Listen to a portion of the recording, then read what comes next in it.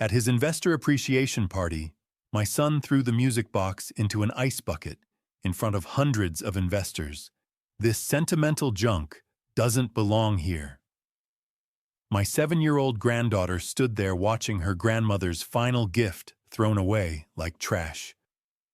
I said nothing, just walked over and picked up the music box. 3 days later, the watchmaker opened it. His face went pale. What my wife hid in that music box would destroy my son's empire. Hello and welcome to today's story. If you appreciate the content we create, please show your love by hitting the like button, subscribing to our channel, and telling us where you're watching from in the comments section. Disclaimer: this story features fictionalized elements crafted to engage and educate. Any resemblance to real people or places is unintentional, but the powerful message about love loss and legacy is undeniably real. That sentimental junk doesn't belong here. My son's voice cut through the champagne-soaked laughter of 100 investors. I stood in the middle of his penthouse, all glass and steel and money, holding a music box wrapped in paper that suddenly felt as worthless as Marcus clearly thought it was. I'm Robert Sullivan, 68 years old, retired engineer widower, and at that moment, standing in my son's world of venture capital and 7-figure deals, I'd never felt more out of place. Marcus's Investor Appreciation Gala filled his south-of-market penthouse with Silicon Valley's finest. Men in $1,000 suits, women in designer dresses. I wore my good navy jacket, the one Helen bought me for our 40th anniversary. It felt threadbare here. Dad. Marcus spotted me immediately. His smile didn't reach his eyes. What's that? Your mother's music box. For Emma. His jaw tightened. This really isn't the time. Grandpa. Emma's voice cut through the tension.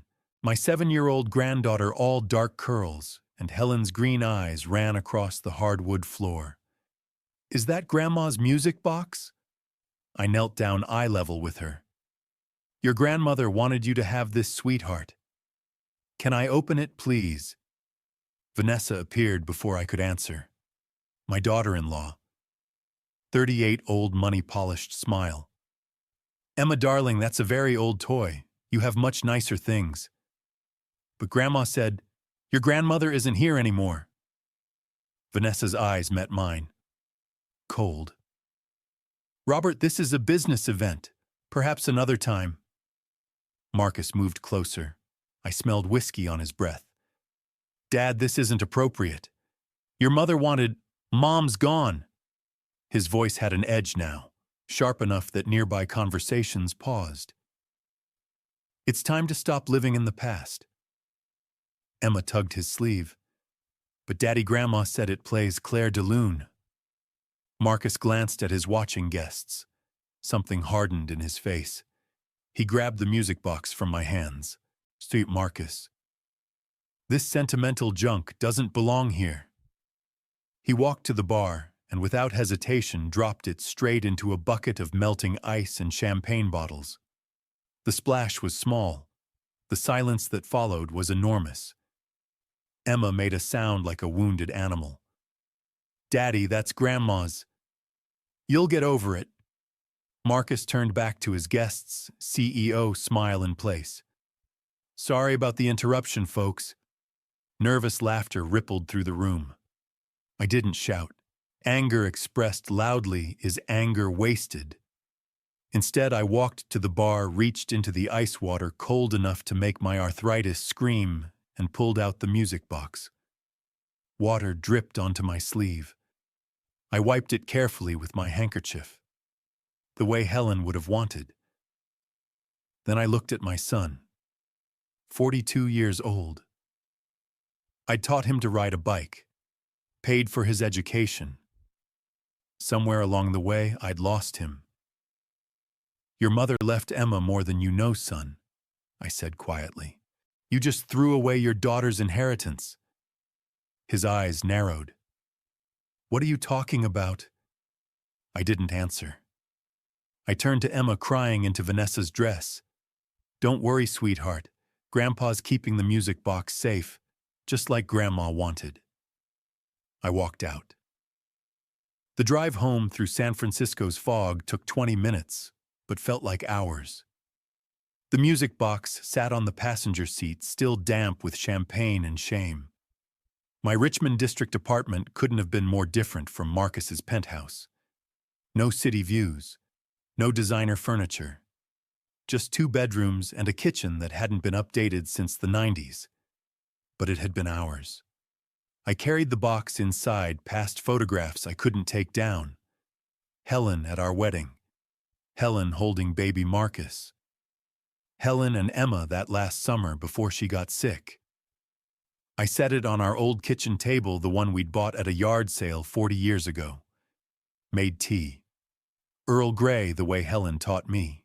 As the water boiled, a memory hit me sharp and sudden. 2 years ago. Helen in the hospice bed we'd set up in our living room, her voice paper thin. "Robert, I want Emma to have this music box. Promise me you'll keep it safe. Marcus will want to give it to her." No. Her eyes were still sharp despite everything. "You give it to her. If Marcus truly changes, he'll respect that. If he doesn't, you'll know what to do. This box holds more than music, my love. It holds our values. Emma will need them." She passed away 3 days later. 7:42 in the morning, with me holding her hand and Claire de Lune playing softly. The kettle whistled. I made my tea but couldn't drink it. My hands were shaking. I opened the music box. When the first notes of Claire de Lune filled my kitchen, I finally let myself cry. Real tears, the kind that come from somewhere deep. My son had thrown his mother's love in the trash. In front of his daughter, in front of strangers. I wiped my eyes. The music wound down slowly. That's when I noticed it. The box felt heavier than I remembered. Not by much, but I'd held this box dozens of times over the years. The wood seemed thicker at the base, the proportions slightly off. Helen had been a seamstress, not an engineer. She wouldn't have noticed something like that. But she'd known craftsmen who could work with their hands, who understood the difference between what something appeared to be and what it actually was. My late wife had spent her final year planning something. Between doctor's appointments and treatments, she'd been meticulous. Her will, her wishes, her provisions for Emma. I turned the box over in my hands, examining it carefully. "Helen," I whispered to the empty kitchen, to the photographs on the wall, to the memory of her. "What secrets did you hide inside?" The music box gave no answer. Just sat there heavier than it should be, holding mysteries I couldn't yet name. But I would find out. Tomorrow I'd take it to someone who understood these things. Someone who could tell me if my suspicions were right. And if they were, if Helen had left something inside this box besides music and memory, then Marcus had made a mistake tonight. A very expensive mistake. Sunday morning fog wrapped North Beach in gray silence as I walked up the steep hill to Tommy Morrison's shop. The sign above the door, Morrison's Timepieces and Antiques, had faded to ghost letters, but I could have found this place blindfolded. Tommy and I had been friends for 30 years, ever since we'd met at an estate sale hunting for different treasures. The bell jangled as I entered. Tommy looked up from his workbench, magnifying glasses perched on his forehead. He was 72, with hands steadier than mine had ever been, and a memory for mechanical movements that bordered on supernatural.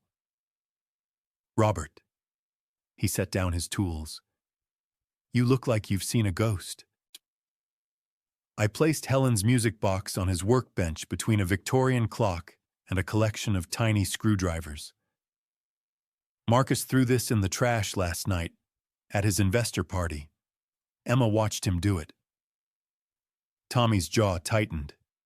He'd met Marcus twice and had told me both times that my son had the soul of a collections agency. coming from Tommy, who loved everyone that was harsh. He pulled down his magnifying glasses and switched on his LED work light. "Let me take a look." For several minutes, Tommy examined the box in silence, turning it over, running his fingers along the edges, occasionally making small, thoughtful sounds. Finally, he reached for his precision tools. "This is Swiss," he said quietly. 1958, maybe 60. The movement is Patek Philippe, you can tell by the balance wheel design. These were handmade, each one unique. This thing is worth at least $5,000 just for the mechanism. $5,000. Marcus had thrown $5,000 into the trash like garbage. But that's not what matters. Tommy continued studying the base. This base plate is too thick. Standard music boxes have a 1 millimeter base. This one is 3 millimeters. That's not an accident.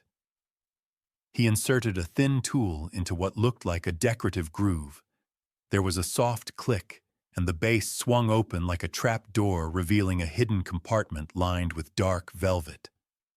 My heart stopped. Inside were 4 thick documents in clear plastic sleeves. Tommy carefully removed the first one and held it under the light. "Stock certificates," he breathed. "Original founding shares." I leaned closer, hands shaking. The certificate had ornate borders and raised seals, but it was the words that made my blood run cold. Apex Capital Inc.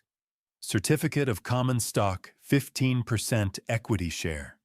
The date was March 15, 2008. Helen's signature was at the bottom. Each certificate represented $50,000. 4 certificates. $200,000 total. Helen invested in Marcus's company. Tommy's voice was barely audible. "Did you know?" I shook my head, unable to speak. Helen had never mentioned this. Not once in the 6 years before she'd passed away. Tommy was already on his phone, typing rapidly. "Apex Capital, Tech Ventures." He went quiet, his eyes scanning. Then his face went white. "Robert, sit down." "What?" "Apex Capital was acquired by Tech Venture Group in 2016. His fingers flew across his calculator. "The sale price was $180 million. 15% of that is—" He stopped, double-checked his math. $27 million. The room tilted. I grabbed the workbench. "How much?" $27 million. Tommy looked up at me with something between horror and amazement. Helen invested her own money into Marcus's dream, and he just threw away the proof of Emma's inheritance. There was more in the compartment. Tommy pulled out a folded piece of yellowed paper. Helen's handwriting covered one side. "My dearest Emma, these shares are registered in trust for Emma Sullivan. They belong to you, sweetheart, not to your father. I invested in his company when he needed help most, using money I'd saved from 40 years of nursing. I didn't tell him because I wanted him to succeed on his own merit.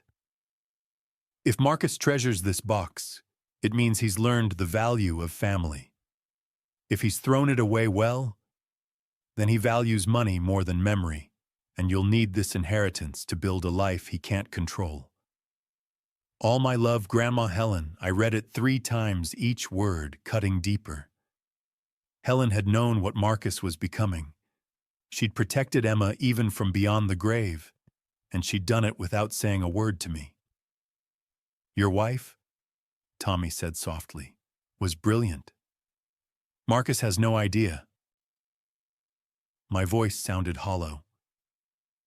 "He threw away $27 million because he was embarrassed. He threw away his daughter's entire future because the box wasn't expensive enough for his penthouse." Tommy carefully placed everything back into the hidden compartment and closed it. The music box looked innocent again, just a beautiful antique with a secret that could destroy an empire. "What are you going to do?" he asked. I picked up the box, feeling the weight of Helen's love and planning in my hands. Marcus had made his choice when he'd thrown this into the trash. He'd chosen his image over his daughter, his greed over his mother's memory. "I'm going to protect Emma," I said. "I'm going to make sure she gets what Helen wanted her to have, and I'm going to make sure Marcus understands exactly what he threw away." Tommy nodded slowly. "You'll need a lawyer. A good one." "I know." I tucked the music box under my arm and headed for the door. The fog outside had lifted slightly, letting pale sunlight break through. Truth breaking through lies. "Robert," Tommy called after me. "Men like Marcus don't give up $27 million without a fight." "I'm counting on it," I said, and stepped out into the uncertain morning, carrying Helen's final gift and her final warning. Monday morning arrived with the kind of clarity that makes you wish you could stay in bed. The fog had burned off overnight, leaving San Francisco sharp-edged and unforgiving under a blue sky that felt too cheerful for what I was about to do. I stood outside Patricia Williams's office building in the financial district, clutching the music box like it might disappear if I loosened my grip. The elevator ride to the 14th floor gave me too much time to think. What if Patricia couldn't help? What if the stock certificates weren't valid?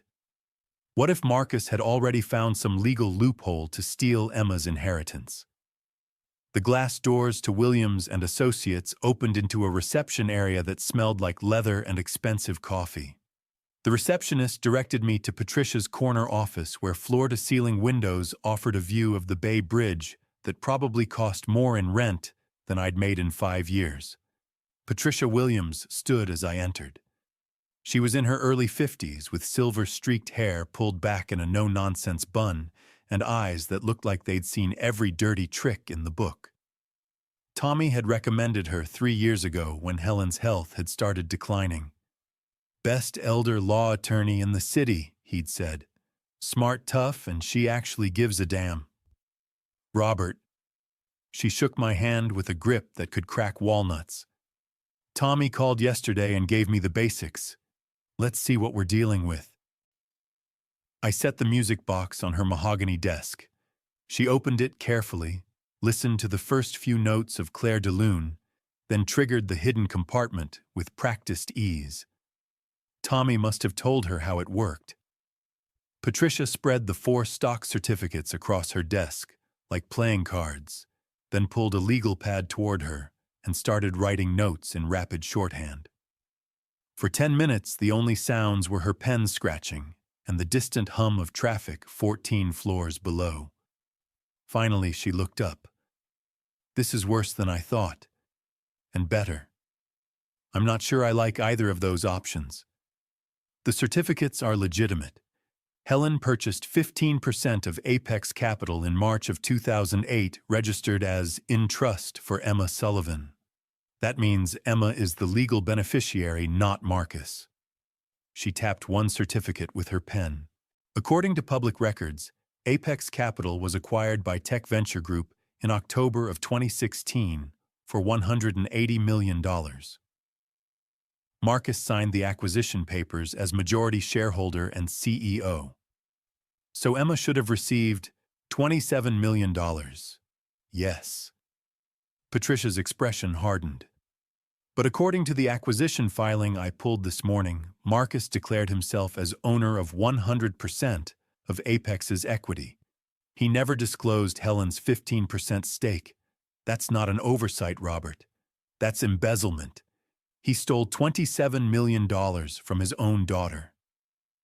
The words hung in the air like smoke. Embezzlement. Stolen. My son was a thief.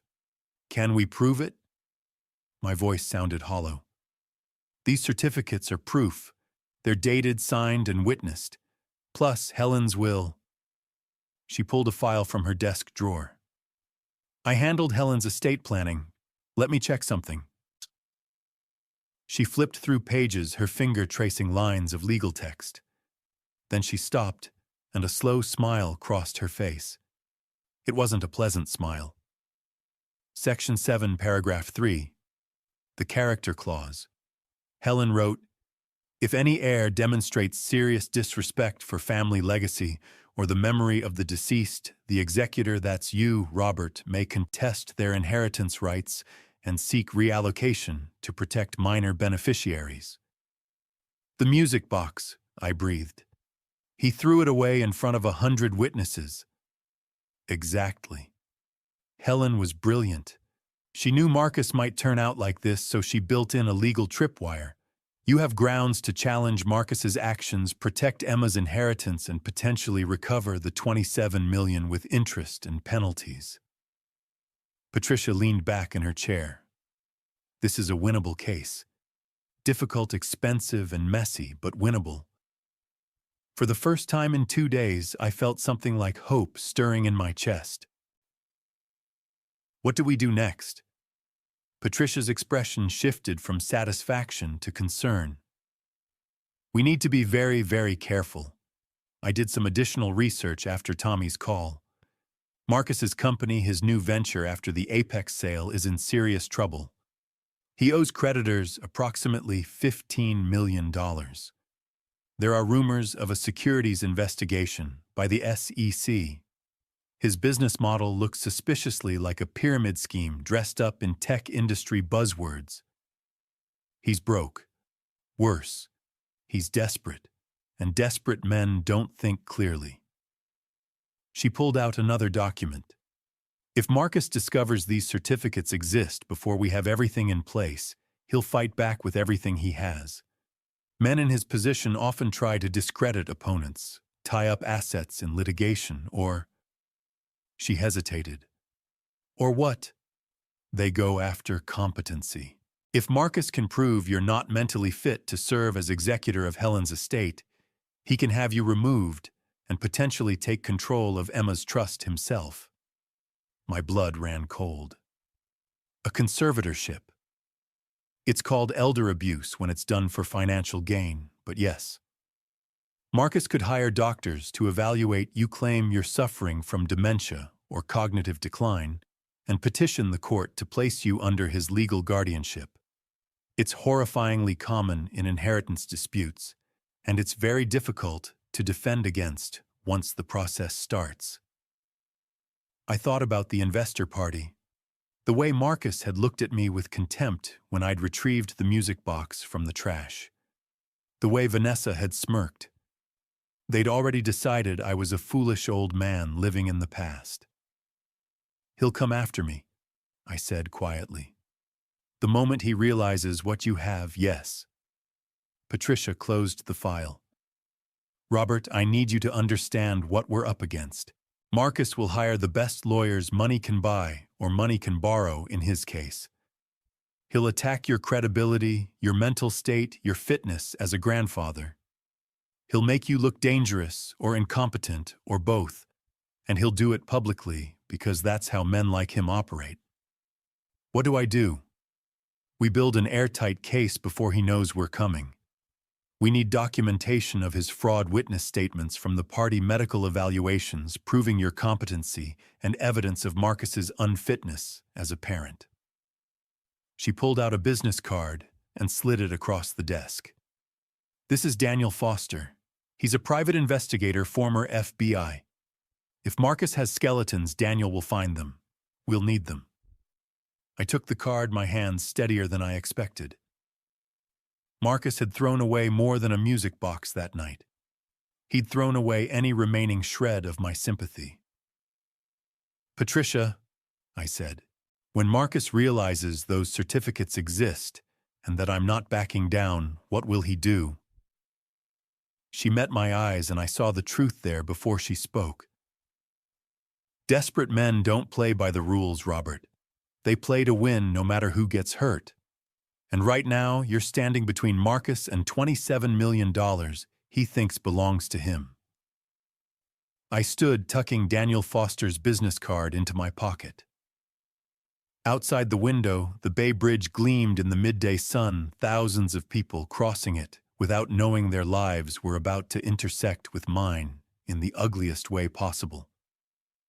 Then we'd better move fast, I said. Tuesday afternoon, I sat across from Daniel Foster in a small office that smelled like old coffee and determination. The space was nothing fancy, just a desk, 2 chairs, and walls covered with framed commendations from his FBI days. Daniel himself looked like someone who'd spent 30 years learning how to read people and never forgot a single lesson.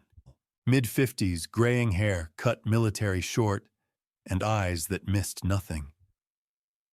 "I work fast when kids are involved," he said, sliding a thick manila folder across the desk.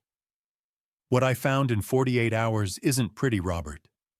Are you sure you want to see this?"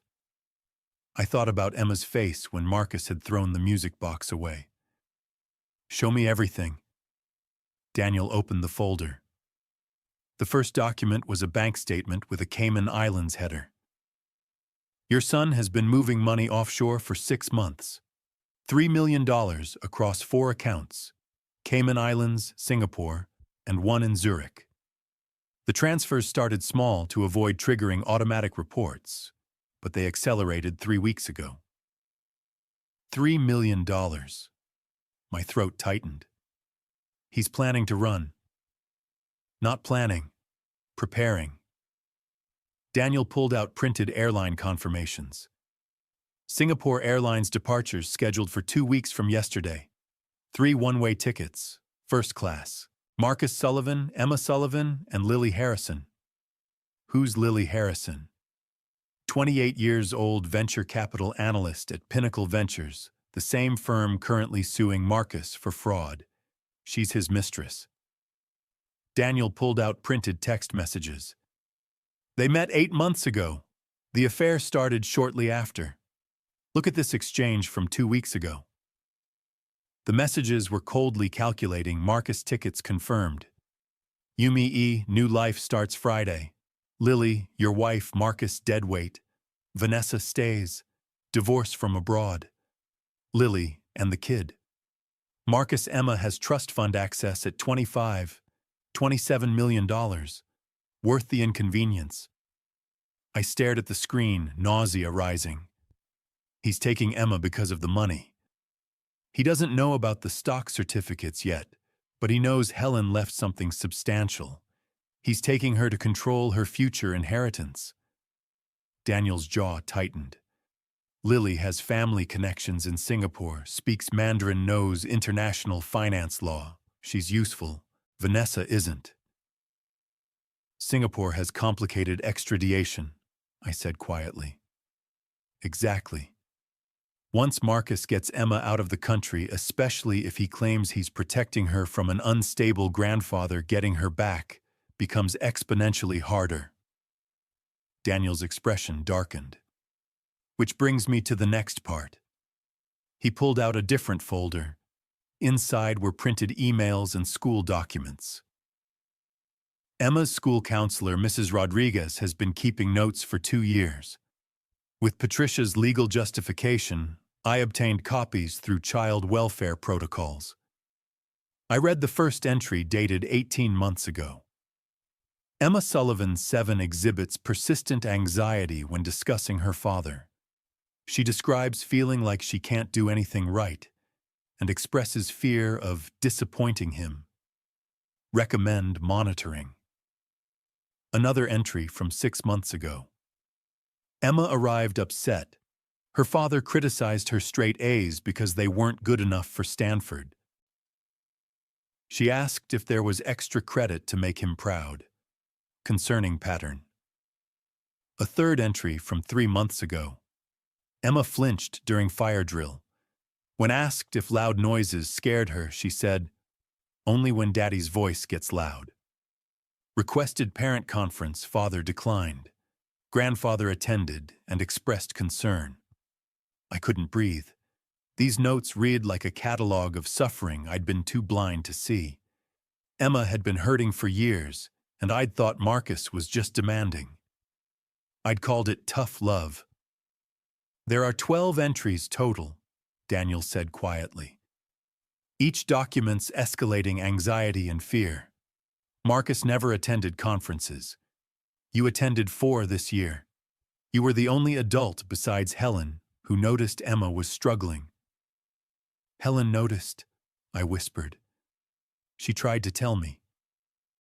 There's more. Daniel pulled out a USB drive. The building where Marcus lives has security cameras. I accessed footage from the past month. This is difficult to watch. He opened his laptop. The video showed the building's lobby 3 weeks ago. Emma and Marcus entered Emma in her school uniform carrying a heavy backpack. The audio was clear. I got an A- on my math test, Emma's small voice said. Marcus stopped walking. His expression hardened. An A-. Do you think that's acceptable? I'm sorry, Daddy. The teacher said it was really good. I don't care what your teacher said. Your teacher isn't trying to build a legacy. His voice was cold, controlled. Worse than yelling. You embarrass me, Emma. Every time you settle for good enough, you embarrass this family. Emma's shoulders hunched. I'm sorry. I'll do better. Sorry doesn't fix mediocrity. Go to your room. I don't want to look at you right now. The video continued. Emma walking to the elevator alone, small figure hunched. She pressed the button and waited perfectly still, like any movement might make things worse. When the doors opened, she stepped inside and stood facing the corner, head down. Marcus pulled out his phone, expression shifting to pleasant charm within seconds, laughing at something as if he hadn't just destroyed his daughter's spirit. Daniel stopped the video. My hands were shaking. That's emotional abuse, Daniel said gently. Clear pattern, documented evidence, multiple witnesses, and this, he pulled out another document. Email from Helen to Patricia, March 2022. Helen's email was short, but devastating. Patricia. I'm worried about my granddaughter. Marcus is too harsh. She's 7 and already terrified of failure. She flinches when he raises his voice. She cries herself to sleep after he criticizes her. I've tried talking to him. He says I'm being soft. I need to know Emma will be protected if something happens to me. Can we adjust the trust parameters? Patricia's response, Helen. I'll draft the character clause we discussed. If Marcus demonstrates serious disrespect for family legacy or harmful behavior, Robert can intervene. The trust will protect Emma's inheritance and give legal grounds to ensure her well-being. Come by next week to review and sign. I set the email down carefully. Helen knew. She knew what Marcus was doing, and she built a legal escape hatch. Your wife protected your granddaughter from her own father. The music box, the stock certificates, the character clause, everything designed to give you the tools to save Emma when the time came. The pieces fell into place with sickening clarity. Helen hadn't hidden the certificates to test Marcus. She'd hidden them because she knew Marcus would steal Emma's inheritance, abuse her emotionally, and take her somewhere Robert couldn't follow. The music box was a message: save her. I gave you everything you need. Every decision Helen made in those final months suddenly made sense. The meticulous planning, the careful legal language, the hidden compartment. Helen had been dying, but she'd used every moment to protect the granddaughter she wouldn't live to see grow up. What do we do? My voice cracked. We have 2 weeks before Marcus boards that plane. Patricia's filing emergency petitions, but we need... My phone rang. Marcus's name on the screen. Daniel's hand shot out. Don't answer. If he's calling out of the blue, he might know we're investigating. Anything you say can be used in court. The phone kept ringing. I thought about Emma in that elevator, shoulders hunched, facing the corner. I thought about Marcus planning to take her to Singapore with a woman who saw her as an inconvenience. I thought about Helen building this protection because she knew I'd need it. I picked up the phone. Hello, Marcus? Daniel's fingers flew across his keyboard. A red recording light appeared on screen. He gestured for me to put the phone on speaker. Marcus, I said steadily, is everything all right? Everything would be fine if you hadn't humiliated me in front of 100 investors. His voice was cold controlled. Showing up with that ridiculous music box, making a scene. I'm calling to make something clear, Dad. Don't contact Emma. Throw that music box away. It's over. I'm not throwing away your mother's gift to Emma. Of course not. Because you're living in the past, clinging to a woman who's been gone for 2 years. His voice shifted to false sympathy. You're 68 years old. Your judgment is slipping. Your behavior at the party wasn't normal. People noticed. The conservatorship threat. Daniel's pen moved rapidly across his notepad. I'm not confused, Marcus. Really, because from where I'm sitting, it looks like you need help. Professional supervision. A care facility where people can look after you properly. Vanessa and I have been discussing it.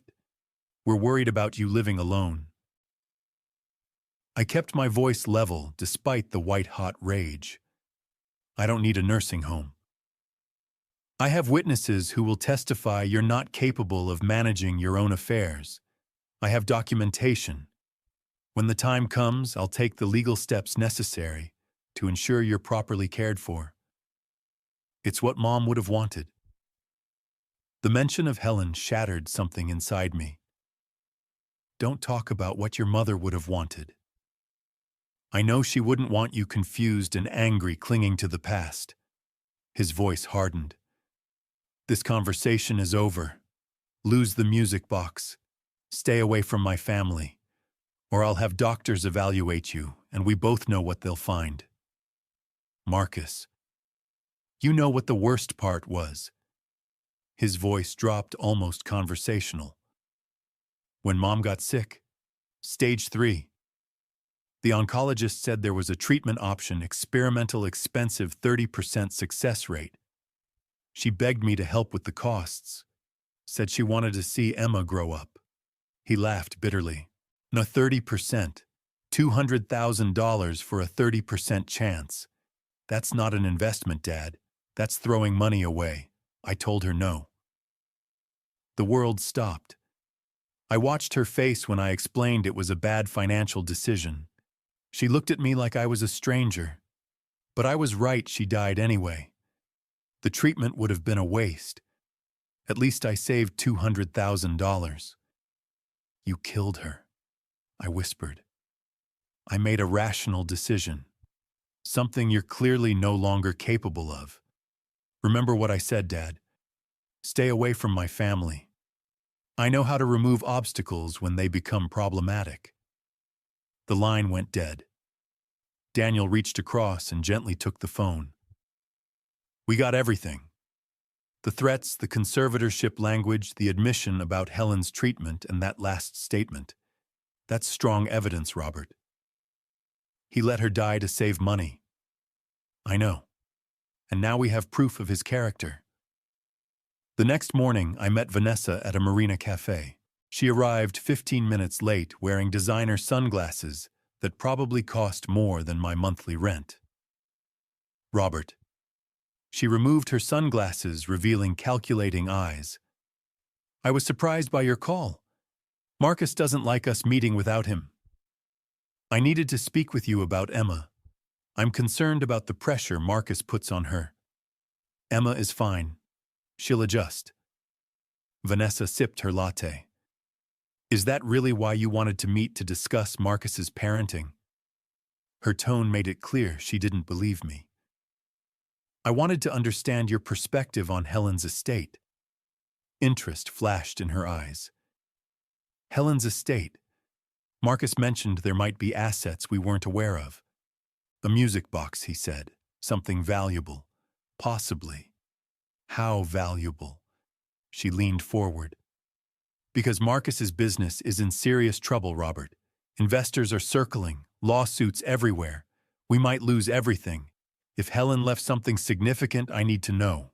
No mention of Emma, and of just calculation about money. The estate is complicated. There are trust provisions for Emma. For Emma, right? Vanessa's expression hardened. Everything always has to be for Emma. The precious granddaughter.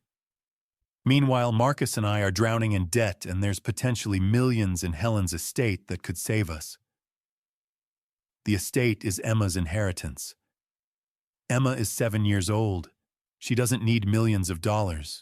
We do. Right now. Her mask cracked.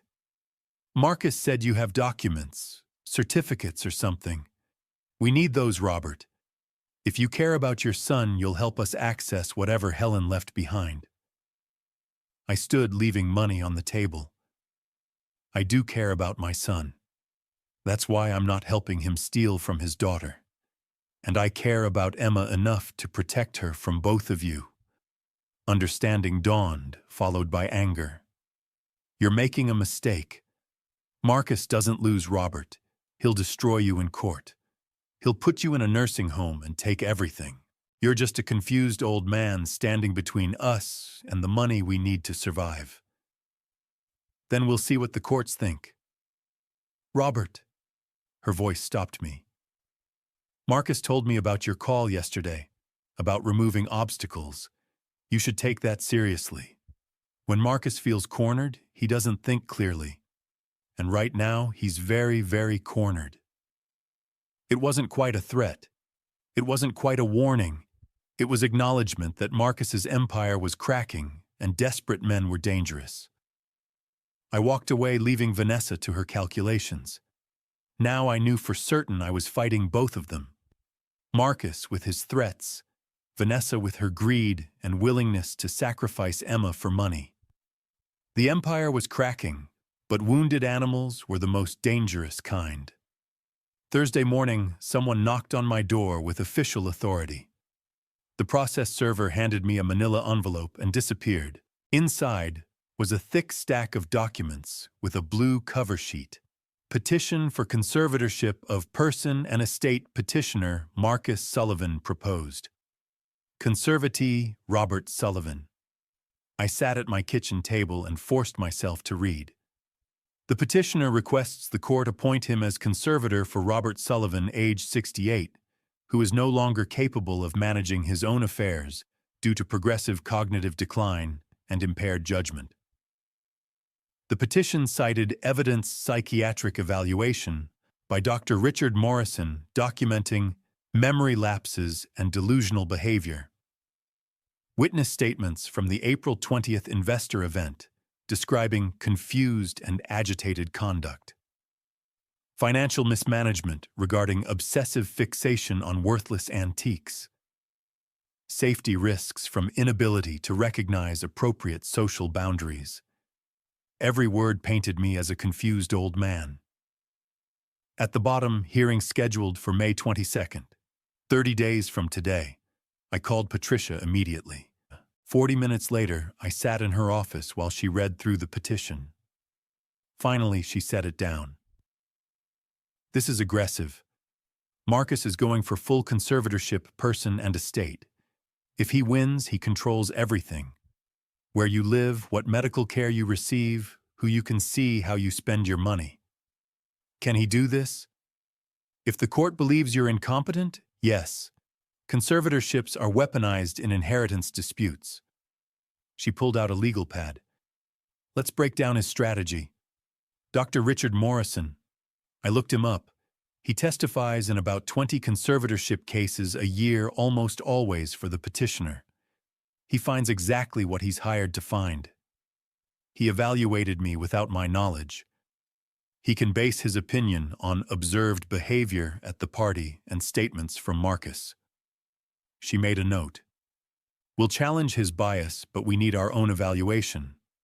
I'm scheduling you with Dr. Sarah Bennett at UCSF. She's a neurologist, completely independent, respected by every judge in the county. What about the witness statements?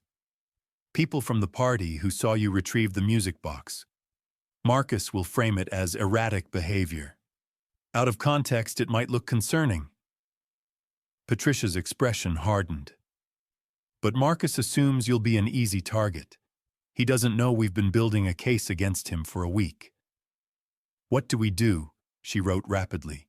1 UCSF evaluation. Dr. Bennett will conduct full neurological and cognitive assessment. We'll prove there's nothing wrong with your mind. 2. Gather witnesses. Tommy Morrison, neighbors, anyone who can testify to your competence and independence. 3. Expose Dr. Morrison. I'll subpoena his financial records. If he's been paid unusually well by Marcus, or if there's a pattern of biased testimony, we can discredit him. 4. Counter petition. We're filing for emergency temporary guardianship of Emma. We have the abuse evidence security footage. School counselor notes Helen's email. If Marcus is unfit, it undermines his entire petition. Can we do all that in 30 days? We don't have a choice. Patricia's phone buzzed. She frowned. Daniel says Marcus just liquidated another account. $500,000 moved offshore this morning. The Singapore flight. 2 weeks away. Marcus was accelerating. My phone rang. Emma's school. Mr. Sullivan, this is Principal Anderson at Westwood Elementary. There's been a change to Emma Sullivan's authorized contact list. Your name has been removed along with your emergency contact information. The request came from her father this morning with documentation stating, "You're no longer to have contact due to health concerns. School policy requires us to honor parental requests unless there's a court order. I'm her grandfather. I've picked her up for 2 years. I'm truly sorry. If you can provide court documentation indicating legal rights, we can update our records.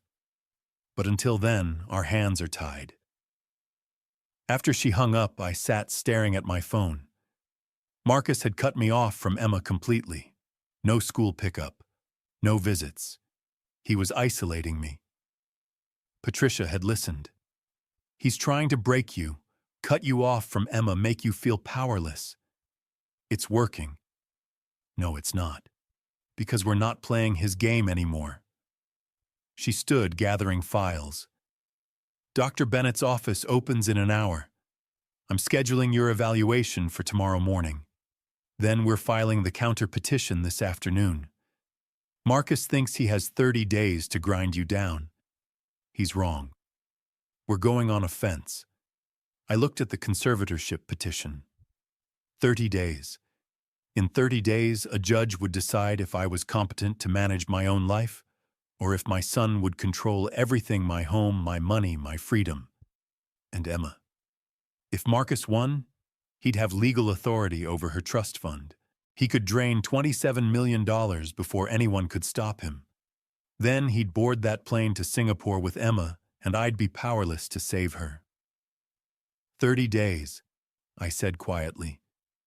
30 days to prove you're sharp, strong, and fighting for your granddaughter.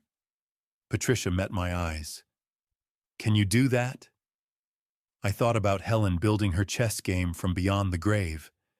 She'd given me every tool I needed. The certificates, the character clause, the trust structure. She'd known this day might come. Yes, I said. Let's fight. Friday morning, I sat in a waiting room at UCSF Memory Center that smelled like antiseptic and anxiety. The walls were covered with calming beach photographs that didn't calm anyone. Patricia had arranged this evaluation within 24 hours of Marcus's petition. Dr. Sarah Bennett was apparently the most respected neurologist in San Francisco, and her assessments carried serious weight in court. A nurse called my name, Doctor. Bennett's office was exactly what you'd expect. Diplomas from Johns Hopkins and Stanford medical journals stacked neatly, a framed photo of 2 teenagers who probably didn't appreciate having a genius for a mother. Dr. Bennett herself was in her early 50s with the kind of focused intensity that made you sit up straight. Mr. Sullivan, Patricia Williams speaks highly of you. She gestured to a chair. I understand your son has filed for conservatorship based on alleged cognitive decline. Let's find out if there's any truth to that. The next 3 hours were the most thorough examination of my brain I'd ever experienced. Pattern recognition tests, where I had to identify sequences in visual puzzles. Memory tests where she read me a story and I had to repeat it back then, recall it again 20 minutes later. Problem-solving exercises, mathematical reasoning, even an MRI scan that involved lying perfectly still in a machine that sounded like a construction site. Doctor. Bennett reviewed the results, while I waited, wondering if 68 years of living had left any cracks Marcus could exploit. Finally, she looked up. Mr. Sullivan, I'm going to be direct. Your son is either profoundly mistaken or deliberately lying. Your cognitive function is not just normal for your age, it's superior. Pattern recognition in the 95th percentile. Memory recall perfect across all tested domains. MRI shows a completely healthy brain with no signs of dementia, vascular disease, or any neurological condition that would impair judgment. Relief flooded through me so powerfully I had to grip the armrests. My official report will state you have zero cognitive impairment and are fully competent to manage your own affairs, medical decisions, and finances. Whatever Dr. Morrison claimed in his evaluation, it has no basis in objective medical reality. She handed me a sealed envelope. Give this to Patricia. I'll testify if necessary. The following week became a blur of preparation. Patricia's office transformed into command central, with whiteboards tracking witnesses, evidence, and timeline. She'd assembled 4 people willing to testify about my competence: Tommy Morrison, who'd known me 30 years and could speak to my sharp mind and technical knowledge; Mrs. Anderson, my neighbor of 15 years, who saw me daily and could confirm I lived independently without any signs of confusion; Mr. Johnson, my bank manager, who'd handled my finances for a decade and could testify I managed money responsibly; and Ms. Roberts, Emma's second-grade teacher, who'd witnessed countless school pickups where I was punctual, appropriate, and clearly loved by my granddaughter. These aren't just character witnesses, Patricia explained during our prep session. They're pattern-of-life witnesses. They contradict Marcus's narrative that you've recently declined. If you were as impaired as he claims, someone in your daily life would have noticed. Daniel arrived Tuesday afternoon with a thick folder and a grim smile. Found the smoking guns. He spread documents across Patricia's conference table. Dr. Richard Morrison received a $50,000 wire transfer from Marcus's personal account 2 days before the conservatorship petition was filed. That's 10 times his usual consultation fee. Can we prove it's connected to his evaluation? Patricia asked. The wire transfer memo says psychiatric consultation services. Plus, I pulled Morrison's disciplinary records. His medical license was revoked in Nevada in 2019 for providing fraudulent expert testimony in 3 separate conservatorship cases. He moved to California and got licensed here, but his reputation in the medical community is toxic. He's basically a hired gun who'll say whatever you pay him to say. What about the other witnesses Marcus cited? I asked. Daniel flipped to another section. Derek Hammond, Marcus's business partner. According to emails I obtained through discovery, Marcus promised Hammond a 5% equity stake in his new company if he'd testify about your concerning behavior at the investor party. That's witness tampering. And the staged incidents. Complete fabrication. Marcus claimed you had a confused episode at a coffee shop on Chestnut Street, couldn't remember your order, got agitated with staff. I pulled your phone location data. You weren't anywhere near Chestnut Street that day. You were at Tommy's shop in North Beach. Camera footage confirms it. Patricia was writing rapidly. This is enough to get Morrison's testimony excluded and potentially file criminal charges against Marcus for witness tampering and making false statements to the court. There's more, Daniel said quietly. Marcus booked new flights yesterday. Singapore Airlines departing Thursday night. That's the day before the conservatorship hearing was originally scheduled. The room went silent. He was planning to run, I said. Take Emma and disappear before the court could rule. and take the 27 million with him if he'd won conservatorship over you. Patricia's expression hardened. He'd have immediate access to any assets you controlled, including Emma's trust, if he could argue you were mismanaging it. My phone buzzed. Patricia's paralegal stuck her head in. Judge Rodriguez's clerk just called. Marcus filed an emergency motion to expedite the hearing. The judge granted it. New hearing date is next Thursday, 7 days from now. 7 days. The 30-day timeline had just been compressed to 1 week. Why would Marcus do that? I asked. Doesn't that hurt him less time to build his case? Patricia and Daniel exchanged looks. He knows we have Dr. Bennett's report, Patricia said. He knows his witnesses are falling apart. He's gambling that if he forces a rushed hearing, we won't have time to fully expose all his lies. Plus, his flight leaves Thursday night. If he loses the hearing Thursday afternoon, he can still grab Emma and run. We can get an emergency custody order, Daniel said. Prevent him from taking Emma out of state. Not without proving immediate danger, which requires the conservatorship hearing to go forward. Patricia stood, pacing. Marcus just backed us into a corner. We either win next Thursday, or we lose everything. 7 days. 168 hours to prepare for a hearing that would determine if I kept my freedom, my home, and any chance of saving Emma. I looked at the evidence spread across the table, Dr. Bennett's report, the witness statements, Morrison's fraudulent history, Hammond's bribery, emails, the fake incident reports. We had truth on our side, but Marcus had desperation, and desperate men played by different rules. 7 days, I said quietly. Then let's make them count. Monday morning, my phone rang with a number I'd deleted but still recognized. Vanessa. Robert. Her voice was tight, controlled. We need to talk. Privately. Today. Every instinct screamed trap, but I thought about the hearing in 3 days and the evidence we still needed. Where? Cafe Reverie on Fillmore.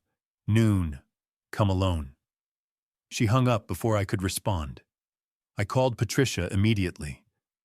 Vanessa wants to meet. It could be a setup. Or she's jumping ship. Patricia was quiet for a moment. Marcus's empire is collapsing. Desperate people make alliances. Record everything, Robert. Your phone has a voice memo app. Turn it on before you meet her. Cafe Reverie was dim and quiet, tucked into a Fillmore Street corner where Pacific Heights money went to hide. Vanessa sat at a back table, designer sunglasses pushed up in her hair, expensive jewelry catching the low light. But her makeup couldn't quite hide the stress cracks, dark circles, tight mouth hands that wouldn't stay still. I slid into the chair across from her, my phone already recording in my jacket pocket. Thank you for coming. She didn't waste time on pleasantries. Marcus is planning to run. Thursday night, right after the hearing. Singapore Airlines first class. 3 tickets. 3. Him, Emma, and that woman, Lily Harrison. She pulled out her phone and slid it across the table. The screen showed a photo of Marcus and a young woman, late 20s, blonde, laughing at something he'd said. They were holding hands outside a restaurant I didn't recognize. The timestamp was from 2 weeks ago. His mistress, Vanessa said flatly. Works at the venture capital firm that's currently suing him for fraud. Apparently they've been seeing each other for 6 months. He thinks I don't know. She swiped to more photos. Marcus and Lily at a hotel. Text message screenshots showing planning affection promises. Flight confirmations for 3 passengers departing Thursday at 11:45 p.m. Hotel reservations in Singapore starting Friday. He's leaving me with nothing. Vanessa continued, her voice brittle. Debts, lawsuits, a foreclosed penthouse. He's taking Emma and the woman he's been sleeping with to start over, and I'm supposed to just accept it. I studied her face. The anger was real, but I couldn't tell if it was about betrayal or money. Why tell me this? Because I want to make a deal. She leaned forward. I have evidence that destroys Marcus.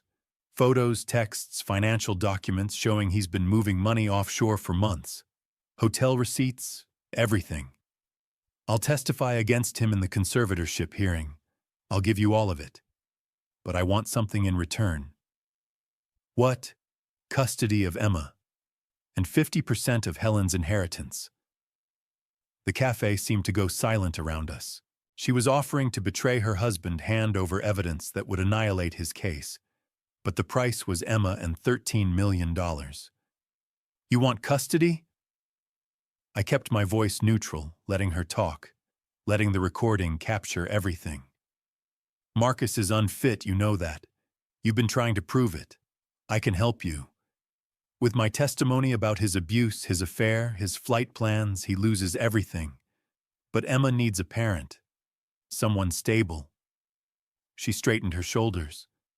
I can provide that, if I have the financial resources. $13 million for stability. 50% of what Emma would inherit anyway. The other half stays in trust for her education, future, whatever. I'm not being unreasonable, Robert. I'm being practical. Emma gets $13 million. I get $13 million. Everyone benefits. Except Marcus. Marcus deserves what's coming to him. Her eyes hardened. He humiliated me, lied to me, planned to abandon me. Now I have the power to destroy him, and I'm offering you that power. All I want is fair compensation. I leaned back, watching her carefully. Tell me about Emma. How would you care for her? Something flickered in Vanessa's expression, impatience maybe, or calculation. Emma is a resilient child. She'll adjust. Children do. That's not what I asked. How would you care for her day to day? School activities, bedtime, the actual work of raising a 7-year-old. I'd provide for her. Excellent education, proper supervision. Would you help with her homework? Read her bedtime stories, take her to the park on weekends. Vanessa's mask cracked. Robert, let's be honest. I'm not a natural mother. I didn't sign up to raise Marcus's daughter, but Emma is tough, she'll manage. We'd send her to boarding school. Switzerland has excellent institutions. The best education money can buy. She'd be fine. Boarding school. In Switzerland. She's 7 years old. She'd get a world-class education, make international connections, learn independence. It's better than anything Marcus would provide, certainly better than emotional manipulation. Vanessa's voice took on an edge of irritation. I'm offering you a solution, Robert. I'm not interested in playing housewife and mother. I'm interested in financial security. Marcus destroyed my life. I deserve compensation. Emma gets $13 million in trust. That's more than enough for boarding school, college, everything she needs. I get the other half to rebuild my life. It's fair. Fair. She thought shipping a traumatized 7-year-old to another continent so she could collect $13 million was fair. And if I don't agree to these terms, I asked, then I keep this evidence to myself.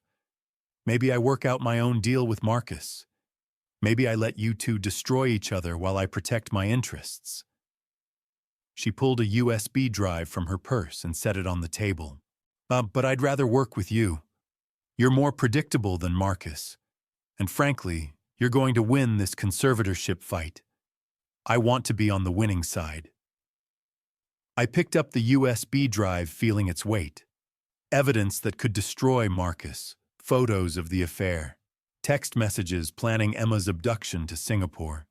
Financial documents proving fraud. Everything we needed handed to me by a woman who saw a 7-year-old as a $13 million bargaining chip. I'll need time to review the evidence. Consult with my attorney. You have until Wednesday morning. After that, my offer expires and I make other arrangements. Vanessa stood adjusting her sunglasses. I'm not the enemy here, Robert. Marcus is.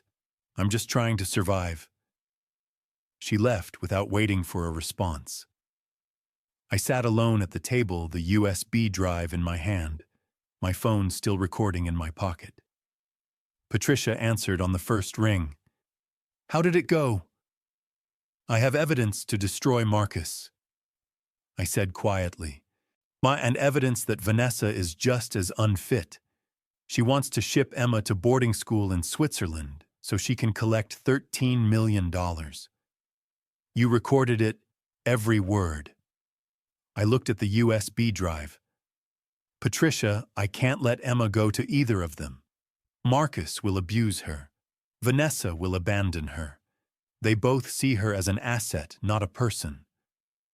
Then we use this. Both recordings, both betrayals. We prove neither parent is fit, and we petition for your guardianship. Patricia's voice was firm. 3 days, Robert. We take them both down, and we bring Emma home. I left the cafe carrying evidence that would destroy 2 people.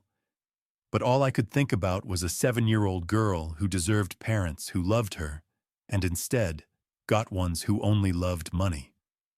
Thursday morning, I walked into courtroom 304 of San Francisco Superior Court, feeling like I was entering a battlefield. Wood-paneled walls, high ceilings, the judge's bench elevated like a throne. Gallery seats filled with a handful of observers, mostly law students, taking notes. Patricia sat beside me at the respondents' table, organized files stacked precisely. Across the aisle, Marcus sat with his attorney Mitchell Bradford, looking confident in an expensive suit. Judge Maria Rodriguez entered, a woman in her 50s with steel gray hair and eyes that missed nothing. All rise. We stood. She settled into her chair, reviewing documents. In the matter of Marcus Sullivan, petitioner, versus Robert Sullivan, respondent. Petition for conservatorship of person and estate. Mr. Bradford, you may proceed. Bradford stood smooth and polished. Your Honor, this is a straightforward case. The respondent, Robert Sullivan, is 68 years old and exhibiting clear signs of cognitive decline. He's made irrational decisions, demonstrated confusion in public settings, and poses a risk to himself. His son, Marcus Sullivan, seeks only to ensure his father receives proper care and supervision. Judge Rodriguez looked at me, then at Bradford. Present your evidence. We call Dr. Richard Morrison, psychiatrist. Dr. Morrison took the stand, sworn in, and delivered his prepared testimony with practiced ease. Based on my evaluation of observed behaviors and medical history, Mr. Sullivan exhibits symptoms consistent with early-stage dementia. Memory lapses, impaired judgment, difficulty managing complex tasks. In my professional opinion, he requires supervised care. Patricia stood for cross-examination. Dr. Morrison, how much were you paid for this evaluation, my consultation fee, which is $5,000?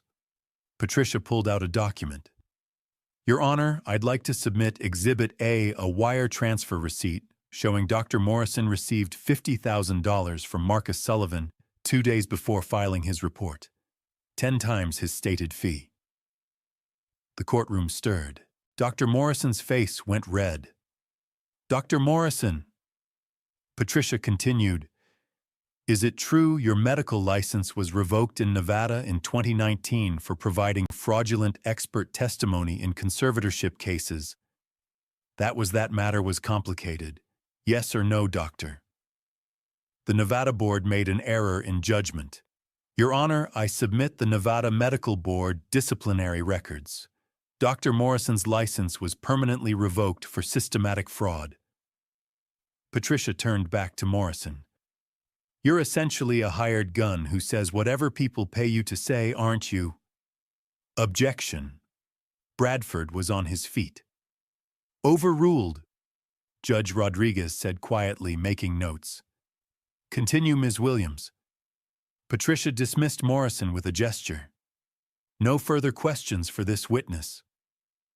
Next came Derek Hammond, Marcus's business partner, who testified about Robert's concerning behavior at the investor party. Patricia produced the email within minutes. Mr. Hammond did. Marcus Sullivan promised you a 5% equity stake in his company in exchange for your testimony today. Derek's face went pale. That was a separate business arrangement. Answer the question. Did he promise you equity in exchange for testifying that Robert Sullivan is incompetent? Silence. Then quietly, yes. Judge Rodriguez's expression hardened. Mr. Bradford, I'm noting potential witness tampering. Continue. The petitioner calls Marcus Sullivan. Marcus took the stand, projecting sincerity and concern. Your Honor, this is the hardest thing I've ever had to do. I love my father, but I've watched him decline over the past year. Confused episodes, memory problems, irrational decisions. I'm terrified he'll hurt himself. I just want him safe. Patricia stood holding a thick folder. Mr. Sullivan, you claim your father had a confused episode at a cafe on Chestnut Street, April 15th. Can you describe it? He couldn't remember his coffee order.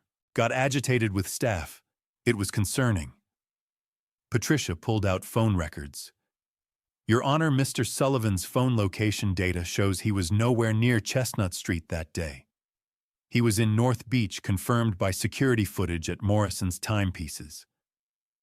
This confused episode never happened. Marcus's composure cracked slightly. I may have gotten the date wrong. You also claimed he had an agitated outburst at his bank, but bank security footage shows a calm, routine transaction. These incidents were fabricated, weren't they? I was concerned I may have misremembered. Mr. Sullivan, are you currently under SEC investigation for securities fraud? Bradford jumped up. Objection relevance. Goes to credibility, Your Honor. Patricia said calmly. The petitioner is facing criminal investigation and substantial debts. This conservatorship would give him control over his father's assets and his daughter's trust fund. Judge Rodriguez leaned forward. I'll allow it. Answer the question, Mr. Sullivan. There's an ongoing inquiry, but yes or no? Yes. Patricia's voice went cold. Is it true you refused to pay for your mother's cancer treatment 2 years ago because you deemed it not cost-effective? Marcus's face went white. The courtroom was dead silent. That was a private family matter. Your mother told multiple people you refused to help fund experimental treatment that might have extended her life.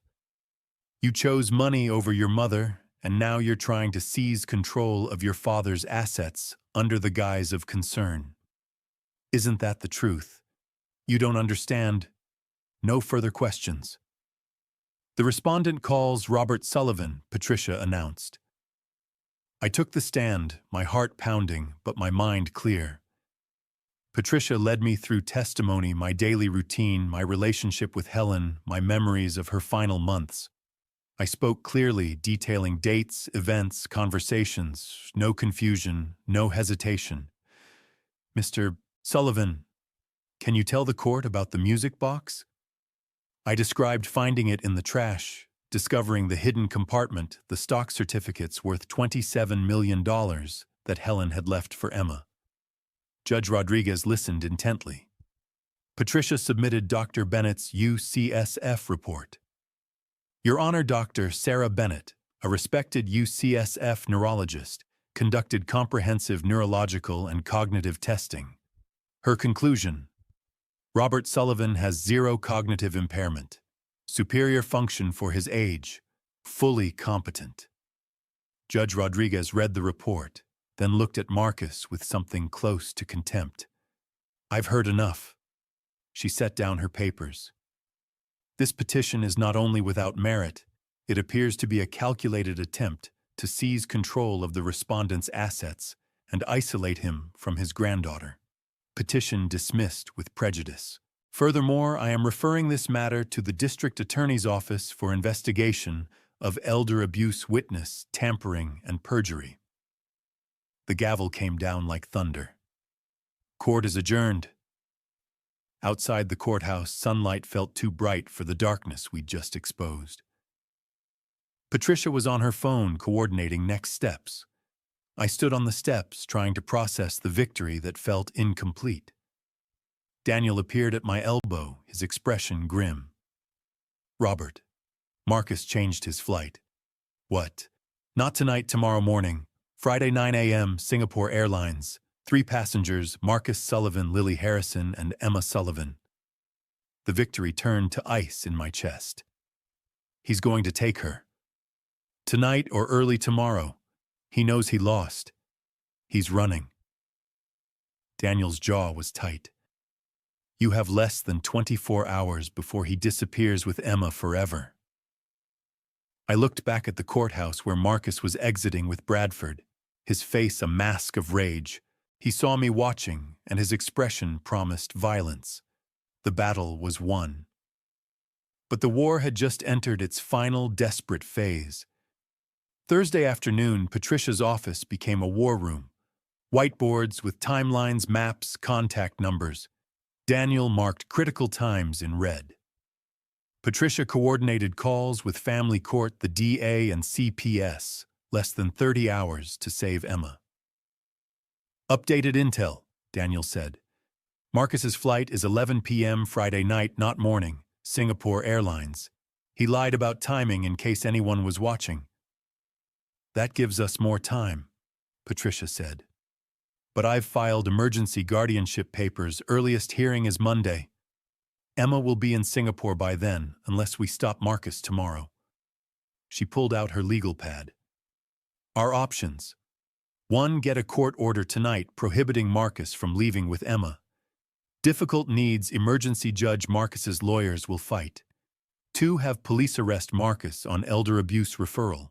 Problem DA hasn't filed charges yet. 3. We set a trap," Daniel finished. Patricia's phone rang. She glanced at the screen. "It's Vanessa." She answered on speaker. Vanessa's voice came through frantic. "He's leaving me. Marcus is taking that woman and Emma tomorrow night. He called me dead weight. He's packing Emma's things right now and she's crying." "Vanessa, where are you?" Patricia asked. "In the bedroom. Marcus doesn't know I'm calling. I want to destroy him. Whatever you're planning, I want in." I looked at Patricia and Daniel. This was our chance.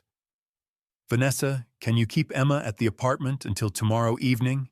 I asked. "Why?" "Because if you help protect Emma, the courts will see you cooperated. It could help any custody proceedings." Silence. "Then, what do you want me to do?" "Tell Marcus you want one last family dinner tomorrow. 6 p.m. Say you want Emma to have one normal evening. Make it sound like you're accepting the situation. He'll suspect something." "He thinks he won," Daniel said. "Flight's not until 11. He'll assume he has time, and it gives him a chance to gloat." Pause. "If I do this, I want written assurances about custody." "Vanessa," I cut her off.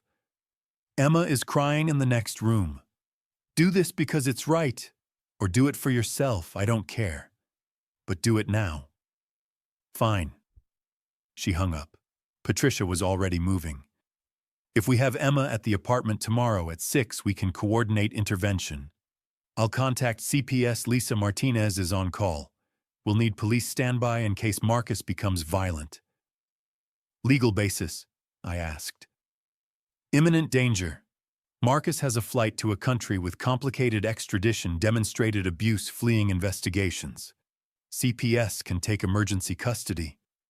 Combined with our petition, we keep Emma safe while courts decide permanent custody." Daniel was on his phone. "I've got SFPD contacts. Plainclothes officers in the building marked unit around corner. If Marcus tries leaving early, they stop him for questioning." My phone buzzed. "Vanessa." He agreed. Dinner tomorrow, 6 p.m. He smiled. Wants to rub it in your face. Good, Daniel said. He's not suspicious. He pulled a small black device from his bag. Digital voice recorder. Wireless transmission to my receiver.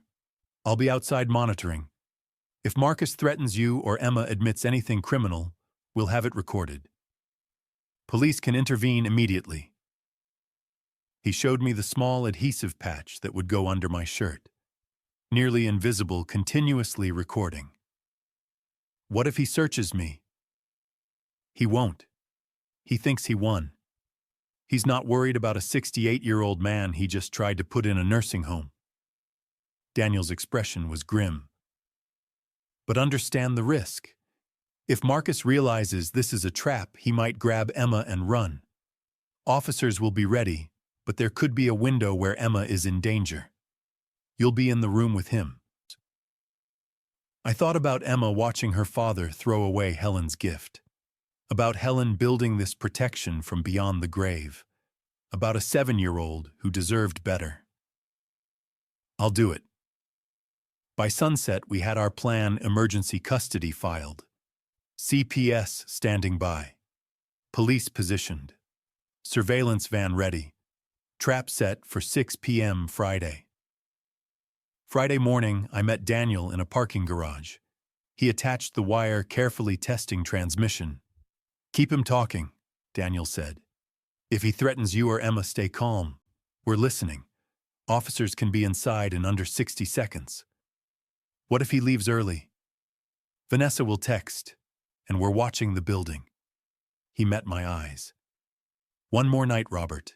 Keep Emma safe for one more night. That evening, I stood outside Marcus's building, watching sunset. The wire pressed cold against my chest. In my pocket, Patricia on speed dial. Around the corner, police waited. Down the street, Daniel monitored every word. I thought about all the ways this could go wrong. Marcus could suspect, could become violent, could grab Emma before police reacted. One wrong word, and I'd lose her forever. But I also thought about Helen's music box, heavy with secrets and love. About $27 million that meant nothing compared to one little girl's safety. I pressed the button for the penthouse. Vanessa's voice, "Come up." The elevator felt like descending into battle. When doors opened, Marcus stood waiting Emma beside him with a small backpack. His smile was cold and triumphant. "Dad," he said. "So glad you could make it to our farewell dinner." Behind him, suitcases by the door. The wire recorded everything. "Let's eat," I said, and walked into the trap we'd set, carrying nothing but Helen's legacy and desperate hope that love could still triumph over greed. The penthouse dining room was designed to impress floor-to-ceiling windows overlooking the city, a table set for 5 with crystal glasses and polished silverware. Marcus sat at the head, Vanessa opposite, playing hostess. Lily Harrison sat beside Marcus, blonde and uncomfortable, refilling her wine glass nervously. Emma sat next to me, her small hand finding mine under the table. 3 suitcases waited in the corner. Flight left in 5 hours. The wire pressed cold against my chest, recording everything. "Dad, glad you could join us." Marcus poured wine with practiced ease. Vanessa insisted on one last family dinner before Emma and I travel.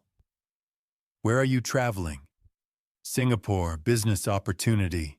Emma will love it, international schools, new experiences."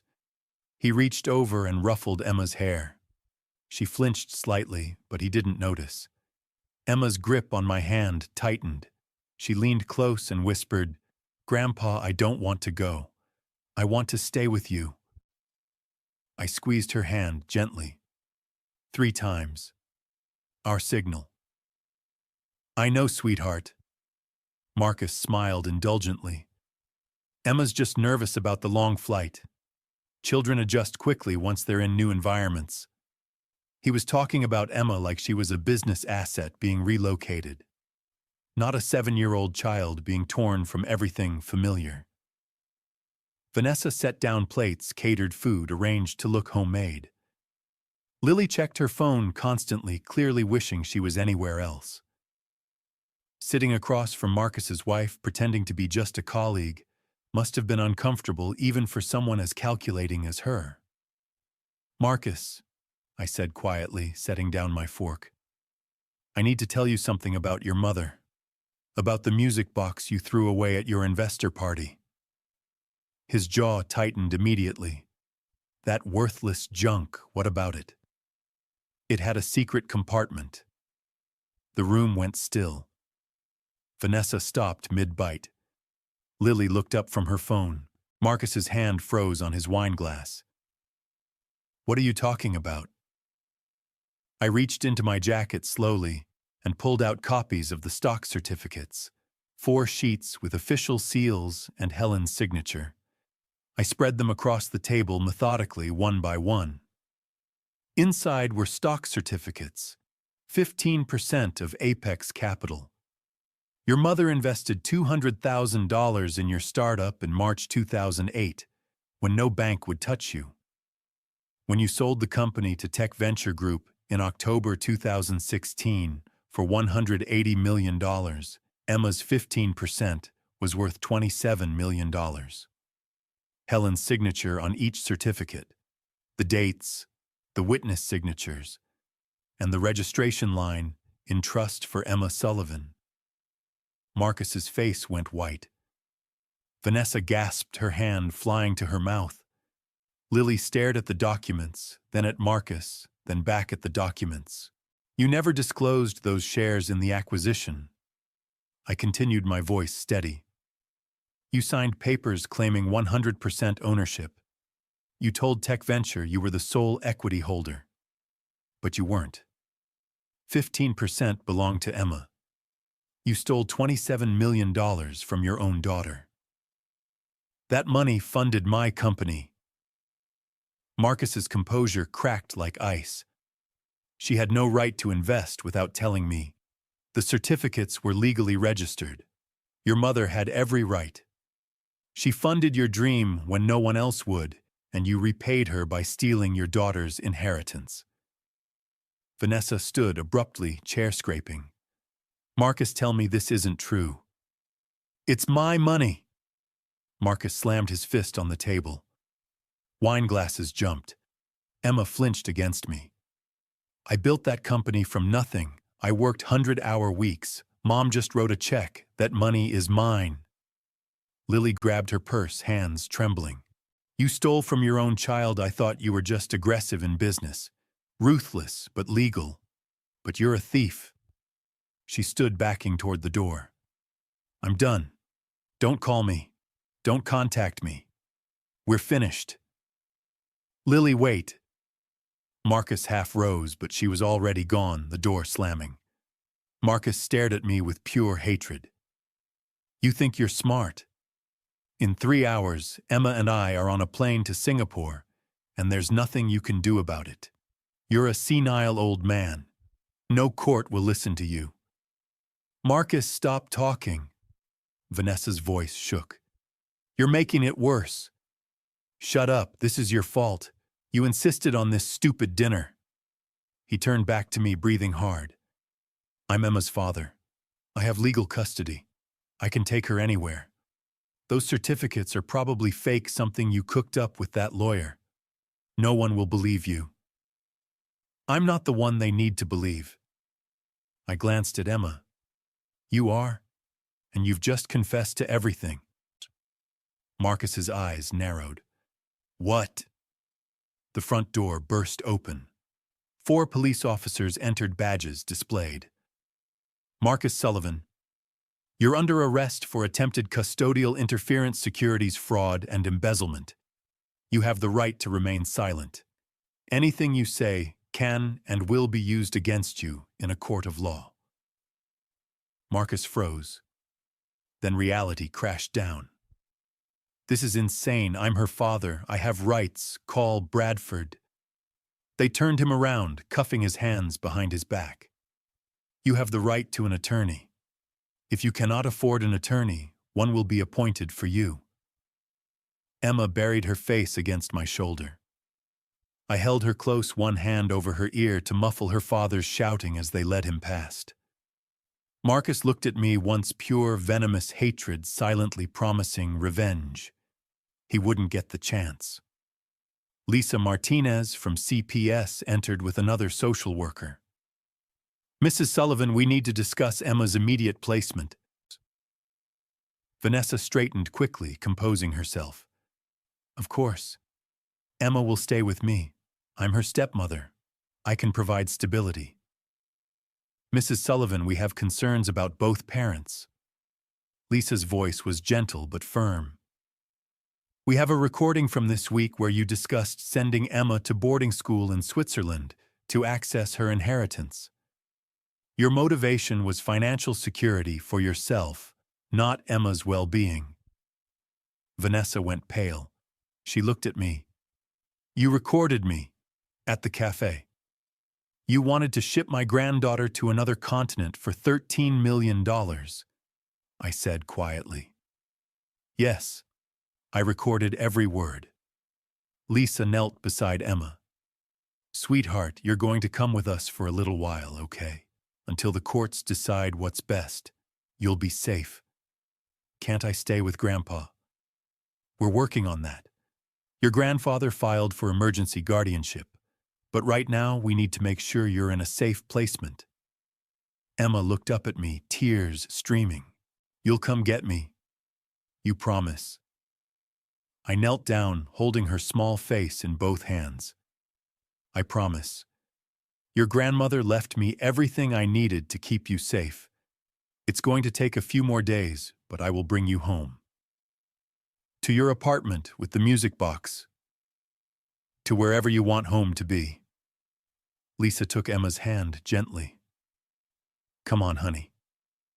I watched them lead Emma out, her small backpack on her shoulders, looking back at me every few steps until the elevator doors closed. The wire against my chest captured everything, including the sound of my heart breaking. Vanessa stood alone, staring at the stock certificates still spread across the table. "I didn't know about the $27 million. He never told me." "Would it have changed anything?" She looked at me, something almost like shame flickering briefly. Then it was gone, replaced by calculation. "I have lawyers too, Robert. Whatever happens next, I'm not going down without a fight." "Neither am I," I said, and walked out. Outside, Daniel waited by his van. "Got everything. Marcus's admission about the flight, the stolen money, his claim it was his money. Combined with the conservatorship evidence and Vanessa's cafe recording, you've got an airtight case for guardianship." "How long?" "Emergency hearing Monday morning. Judge already reviewed your petition. With both parents removed and Emma in CPS care, you're the only viable option." He gripped my shoulder. "You did it, Robert. Helen would be proud." I looked up at the penthouse glowing against the night sky. Somewhere in this city, Emma was scared and confused, wondering if anyone would come for her. But Helen had taught me one final lesson. Love isn't just protection. It's showing up no matter how hard it gets. It's fighting battles you don't know if you can win. Monday morning, I would stand before a judge and ask for the privilege of being Emma's guardian. And this time, I had everything I needed to win. If you're still watching at this point, please comment the number 1 below, so I know you're still with me on this journey. I need to be honest with you. The story ahead contains some dramatized elements that may not be entirely factual. If you prefer not to continue, you're welcome to stop the video here. But if you want to see how Emma's story truly ends, stay with me. Saturday morning, the CPS office felt nothing like a battlefield, but that's what it was. Lisa Martinez sat across from Patricia and me in a conference room decorated with cheerful posters about child safety. None of them mentioned what to do when both of a child's parents were threats. "Mr. Sullivan, thank you for coming in." Lisa opened a thick file. We need to conduct a formal investigation before determining Emma's placement. I understand you have additional evidence regarding both parents. Patricia slid a USB drive across the table. This contains a recording from Monday 4 days ago. Robert met with Vanessa Sullivan at her request. She proposed a deal. Lisa plugged in the drive. Vanessa's voice filled the room, clear and damning. Emma is a resilient child. She'll adjust. We'd send her to boarding school. Switzerland has excellent institutions. I'm not interested in playing housewife and mother. I'm interested in financial security. Marcus destroyed my life. I deserve compensation. Emma gets $13 million in trust. That's more than enough for boarding school, college, everything she needs. I get the other half to rebuild my life. Lisa's expression didn't change, but she made careful notes. Mrs. Sullivan explicitly stated she wanted to send Emma away to access the inheritance. Yes, I said. She saw Emma as a means to collect $13 million. Nothing more. Patricia added more documents. We also have evidence of Mrs. Sullivan's gambling debts, $400,000 across 3 casinos, credit card statements, collection notices. She's financially desperate. There's more, Patricia continued. Ms. Roberts, Emma's teacher, documented concerns. Vanessa missed 6 parent-teacher conferences this year. Twice she forgot to pick Emma up from school. Emma waited over an hour both times. The teacher's notes describe Vanessa as disengaged and uninterested in Emma's well-being. Lisa reviewed each document methodically. And the father, Marcus Sullivan, is currently in custody.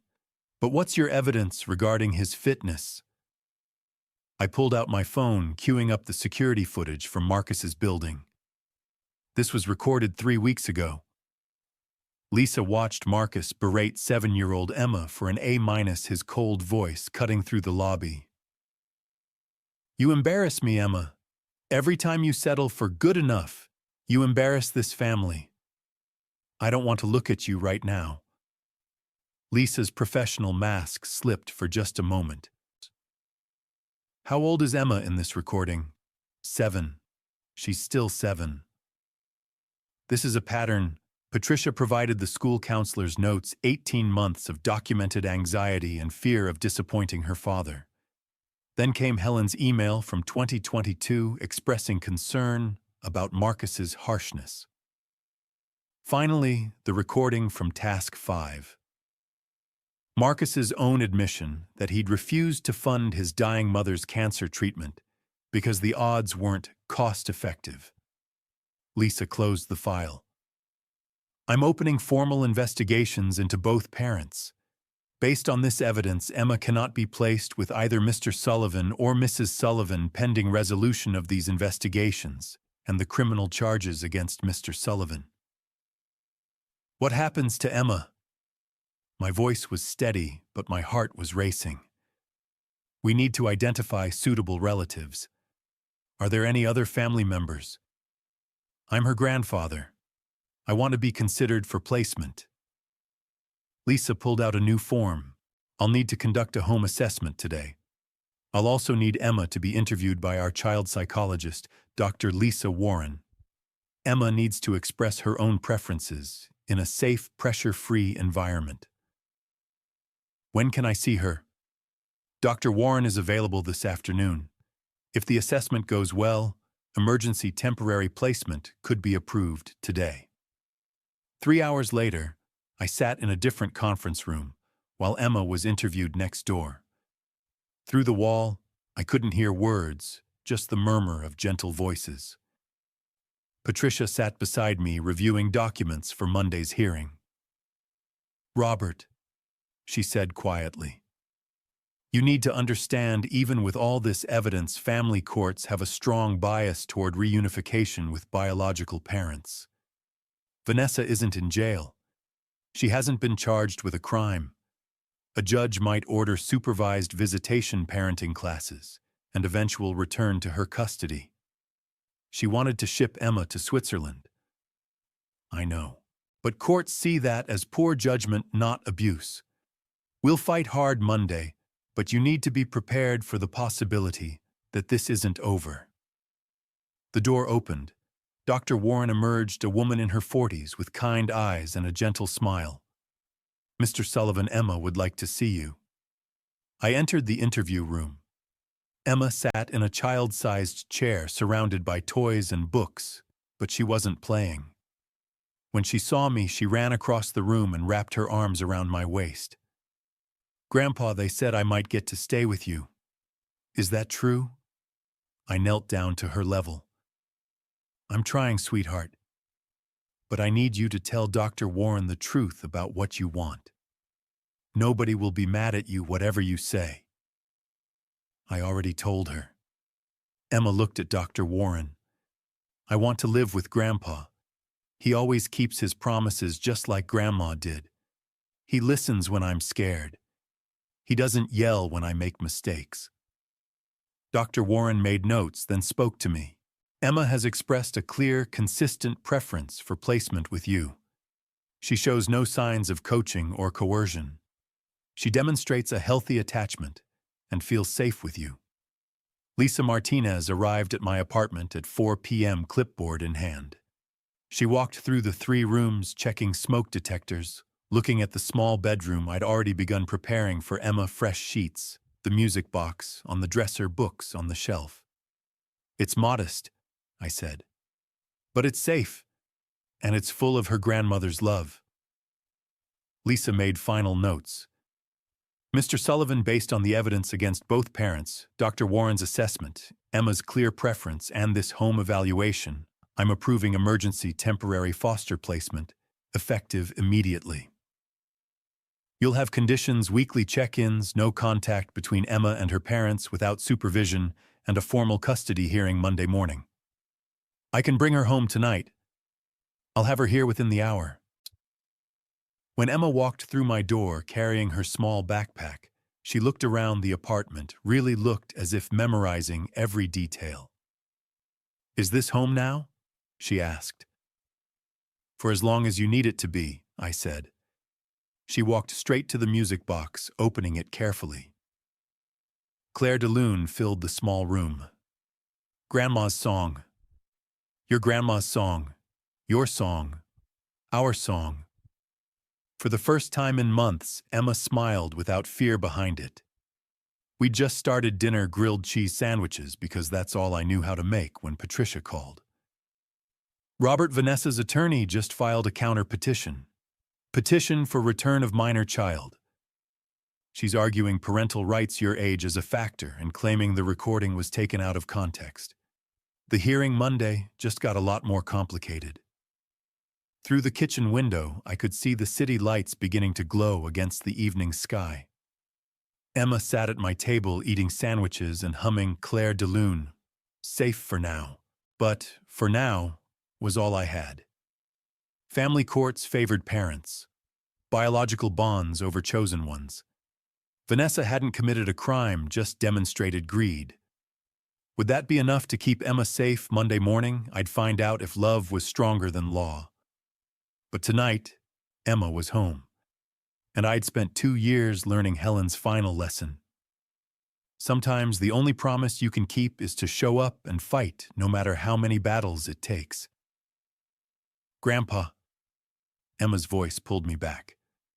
Can we play the music box again, before bed? As many times as you want, sweetheart. Helen's legacy played on while I made plans for Monday. The war wasn't over, but I'd already won the part that mattered. Emma knew she was loved. Monday morning, family court felt different from the conservatorship hearing. Softer lighting, child-friendly artwork on walls, but the same weight of justice hanging in the air. Judge Thompson, a woman in her 60s with kind eyes and a reputation for fierce child advocacy, reviewed documents as we took our seats. Vanessa sat across the aisle with her attorney, James Bradley, looking nothing like the desperate woman from the dinner confrontation. Tailored suit, perfect makeup, the image of a concerned mother. She'd learned to play the part. This court is convened to determine permanent custody of Emma Sullivan, age 7. Judge Thompson began. Mr. Bradley, you may present your case. Bradley stood, projecting confidence. Your Honor, this is a case of grandfather overreach. My client, Vanessa Sullivan, is Emma's stepmother and has been a parental figure for 3 years. One recording made during an extremely stressful period when her marriage was collapsing cannot be grounds to strip a child from her mother. Mrs. Sullivan loves Emma and is actively working to improve her parenting skills through classes and counseling. Vanessa took the stand, and I had to admit she was convincing. I love Emma like my own daughter, she said, voice steady and sincere. That recording was made during the worst week of my life. My husband was planning to leave me, take Emma, destroy everything. I said terrible things I didn't mean. But I've enrolled in parenting classes. I'm in financial counseling for my gambling issues. I want to be the mother Emma deserves. She even teared up. Perfect performance. Patricia stood for cross-examination, holding a thick file. Mrs. Sullivan, how many parent-teacher conferences did you attend this school year? Vanessa hesitated. I'm not sure exactly, 0. You attended 0 conferences. Patricia pulled out attendance records. Your husband attended 2. Emma's grandfather attended 4 after he was added to the authorized contact list last fall. I had work commitments. Let's talk about those commitments. Patricia presented credit card statements. In the past year, you spent over $400,000 gambling. Where did that money come from?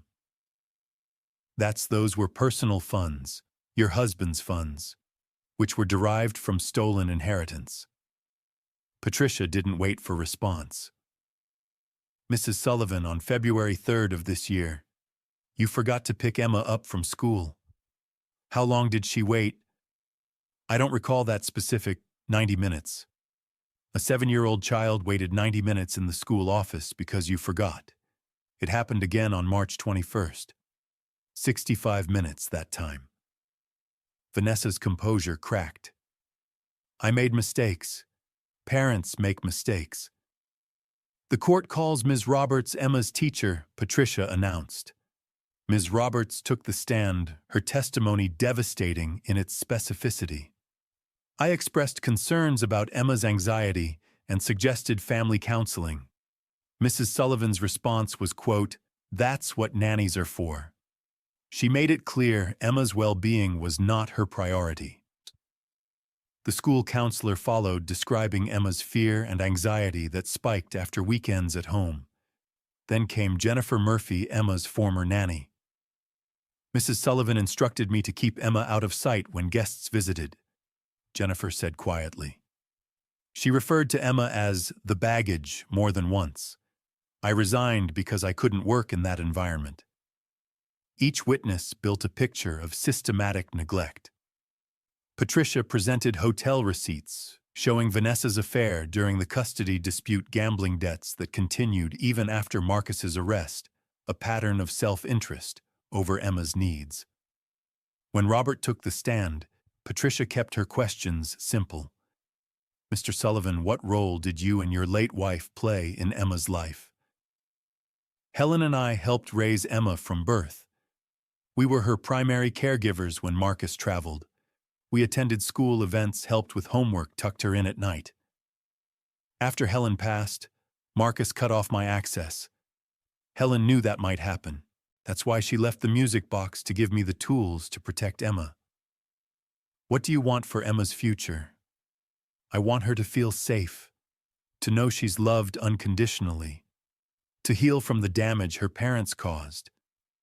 I looked at Vanessa, then at the judge.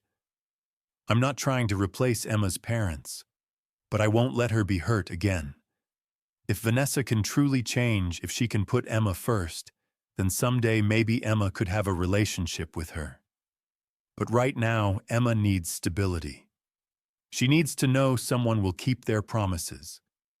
The final presentation came from Sarah Mitchell, the guardian ad litem appointed to represent Emma's interests. She played a video compilation of her interviews with Emma over the past week. Emma's face filled the screen, serious and thoughtful for a 7-year-old. "I want to live with Grandpa," she said clearly. "He always keeps promises just like Grandma did. He saved the music box when Daddy threw it away. He makes me feel safe." Another clip. "Grandpa listens when I'm scared. He doesn't yell when I make mistakes. He plays Grandma's music box with me every night." Final clip. "Can I stay with Grandpa forever, please?" The courtroom was silent. Judge Thompson made notes, reviewed documents, then looked up. "I've reviewed all evidence and testimony. This court's primary concern is the child's best interests. Emma has expressed a clear, consistent preference for placement with her grandfather. The evidence shows a pattern of neglect by Mrs. Sullivan and abuse by Mr. Sullivan, who is not present due to incarceration." She looked at me. "Mr. Robert Sullivan has demonstrated competent stability and genuine love for this child. He has the support of educators, medical professionals, and the community." The gavel came down. "Full legal and physical custody is awarded to Robert Sullivan. Mrs.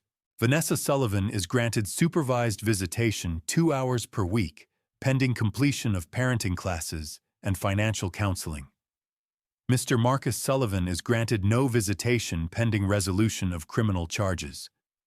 This custody arrangement serves Emma's best interests." Outside the courthouse, sunlight felt impossibly bright. Patricia was already on her phone coordinating paperwork. Emma held my hand, looking up at me with Helen's eyes. "Grandpa, I get to go home forever, right to your apartment with the music box." I knelt down, holding her small face in my hands, just like I'd done a week ago when everything was uncertain. "Yes, sweetheart. I promise. You're home forever. And we can play Grandma's music box every night, every single night." She hugged me tight, and I felt the weight of Helen's legacy settling into place. We'd won. The courts had spoken. Emma was legally, officially, permanently mine to protect. But as we walked toward my car, Emma's hand in mine, I knew the real work was just beginning. Legal victories were clean, final, documented. Healing a child's wounded heart was messier, longer, harder. Emma still flinched at sudden sounds. She still asked permission before eating snacks, afraid of doing something wrong. She still had nightmares about being sent away. The battle was over. But the journey to help Emma trust that love could be safe, that home could be permanent, that mistakes wouldn't end in abandonment. That journey was just starting. Helen had given me the tools to fight. Now I had to learn to heal. But tonight we'd go home to the small apartment where Helen's music box waited. We'd play Claire de Lune and eat grilled cheese sandwiches and read bedtime stories. We'd take it one day at a time, one promise at a time, one moment of safety at a time. And someday Emma would believe she was truly home. 3 months after the custody hearing, the music box sat on Emma's bedside table like a small wooden guardian. Every night before bed, she'd open it and let Claire de Lune fill the room. Some nights she'd cry, some nights she'd smile. Every night she'd close it carefully and whisper, "Good night, Grandma." Morning sunlight filtered through the apartment windows as I measured coffee, and Emma stood on a step stool at the stove, concentrating on scrambled eggs with the intensity only a 7-year-old could bring to cooking. "Not too much stirring," I reminded gently. "Let them set a little. Like Grandma taught you. Exactly like Grandma taught me." Helen had been gone 3 years, but she was present in every lesson I passed to Emma, every story I told, every promise I kept. Emma plated the eggs, slightly overcooked, but made with pride, and we sat at the small table that had become our morning ritual. Breakfast together. No rushing. No criticism. Just time. "Grandpa," Emma's voice was thoughtful, Can we add new memories to the music box, like Grandma's gift, but ours too? I looked at her, this brave little girl learning to trust again. What kind of memories? She pulled a photograph from her pocket, one we'd taken at the zoo last weekend. Robert and Emma by the elephant exhibit, both of us laughing at something ridiculous. This one. So the box has Grandma's love and our new love together. My throat tightened. I think that's perfect. Grandma would love that. We opened the music box together, carefully placing the photo in the hidden compartment alongside Helen's stock certificates and letter. New memories layered with old, healing built on foundation of protection. Now it's really home, Emma said simply. Every Wednesday afternoon, I drove Emma to Dr. Lisa Warren's office for therapy. The waiting room had gotten familiar, worn magazines, children's books, abstract paintings that were supposed to be calming. Emma no longer gripped my hand when the door opened. Small victory. Today, Dr. Warren invited me in for the last 15 minutes, as she did monthly, to discuss progress. Emma's anxiety symptoms have decreased significantly, Dr. Warren said, reviewing her notes. She's sleeping better, fewer nightmares. She's learning to express difficult emotions verbally instead of shutting down. She still flinches sometimes, I said quietly. Sudden noises, if I raise my voice even slightly. That's normal. Trauma responses don't disappear in 3 months, but they're diminishing. Emma's building new neural pathways, learning that safety can be consistent, that love doesn't come with conditions. She smiled gently. You're doing everything right, Robert. Patience, consistency, unconditional acceptance. That's what heals. In our session, Emma had said something that Dr. Warren wanted me to hear directly. She replayed a brief audio recording, standard practice with parental consent. Emma's small voice. Grandpa never yells when I make mistakes. He says it's okay to not be perfect. Sometimes I'm sad about Daddy. I wish he could be different. But I know it's not my fault he made wrong choices. Dr. Warren helped me understand that. Hearing Emma articulate that separating her father's actions from her worth made the past 3 months of bedtime tears and patient conversations feel worth every moment. She's incredibly resilient, Dr. Warren said. With continued support, Emma will thrive. But remember, healing isn't linear. There will be setbacks, especially around milestones or memories. This is a years-long journey, not a 3-month fix. I knew, but it helped to hear. The letter from Marcus arrived a month ago. I still hadn't replied. Federal sentencing had been swift, 5 years for securities fraud, embezzlement, and elder abuse. The judge had been unequivocal. You betrayed your family, your mother's memory, and most devastatingly, your daughter's trust. Marcus's letter was written on prison stationery, careful handwriting that looked nothing like the confident signature that had signed fraudulent documents. That night, I've had a lot of time to think. You were right about everything. I hurt Emma. I hurt you. I destroyed Mom's legacy. I'm using this time to get help, therapy, anger management, parenting classes, even though I don't have the right to parent anymore. I don't expect forgiveness. I don't deserve it. I just wanted you to know I finally see what I became. What Mom saw before she died. What you tried to tell me. Emma is lucky to have you. I'm sorry I didn't become the son Mom raised or the father Emma deserved. Marcus, I'd read it a dozen times, searching for manipulation, finding only what seemed like genuine remorse. But trust wasn't rebuilt with one letter. Maybe someday, if Marcus truly changed, there could be a relationship.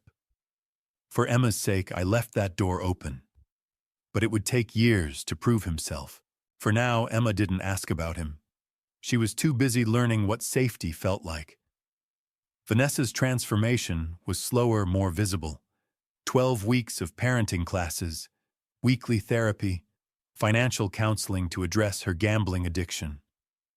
The supervised visits had started rocky, awkward silences, Vanessa unsure how to talk to a 7-year-old without treating her as an accessory. But 3 months in, something had shifted.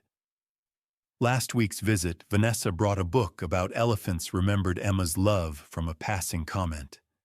They'd read it together, Vanessa patient, when Emma asked questions genuinely interested in her stepdaughter's thoughts. "She's trying, Grandpa," Emma said afterward, cautiously hopeful. "She asked about my spelling test. She remembered." I was guardedly optimistic.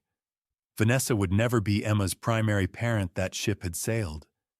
But if she could become someone Emma could trust for limited time, someone who genuinely cared, maybe that was enough.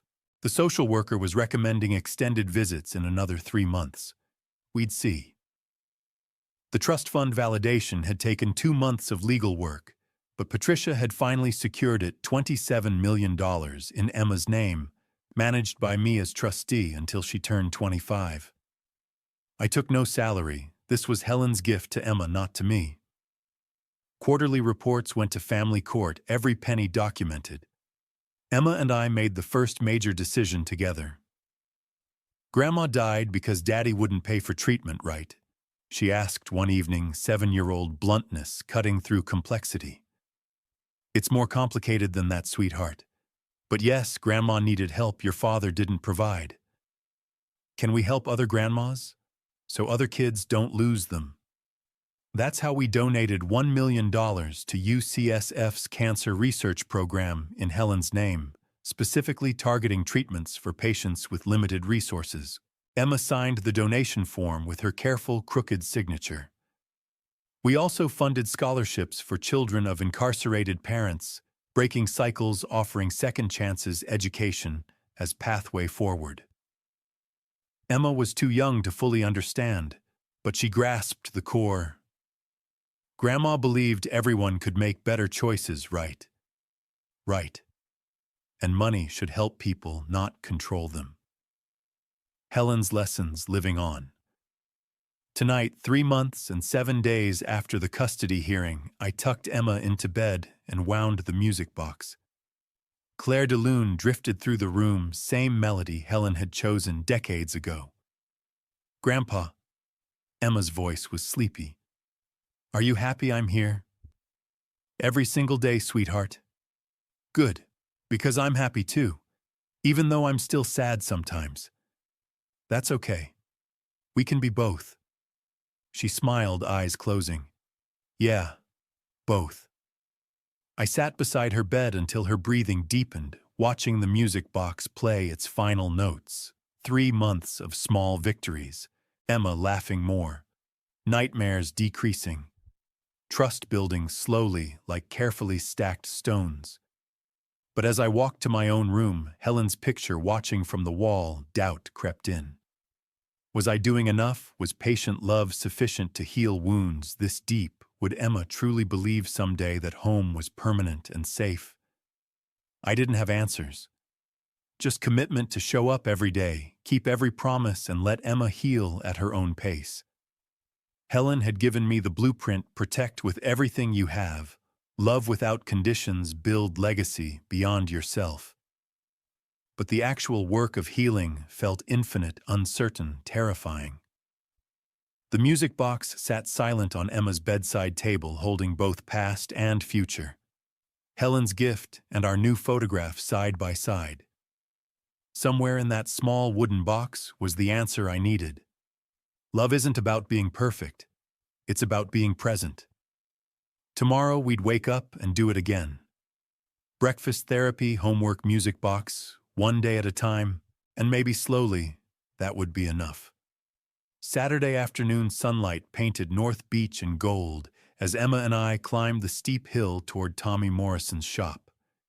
Emma held my hand, chattering about a science project on simple machines. Her 3rd grade class was starting next week. "Can we build something together, Grandpa?" "I'd love that, sweetheart." The bell above Morrison's timepieces and antiques jangled as we entered. The shop smelled like machine oil and old wood, thousands of clocks ticking in gentle symphony.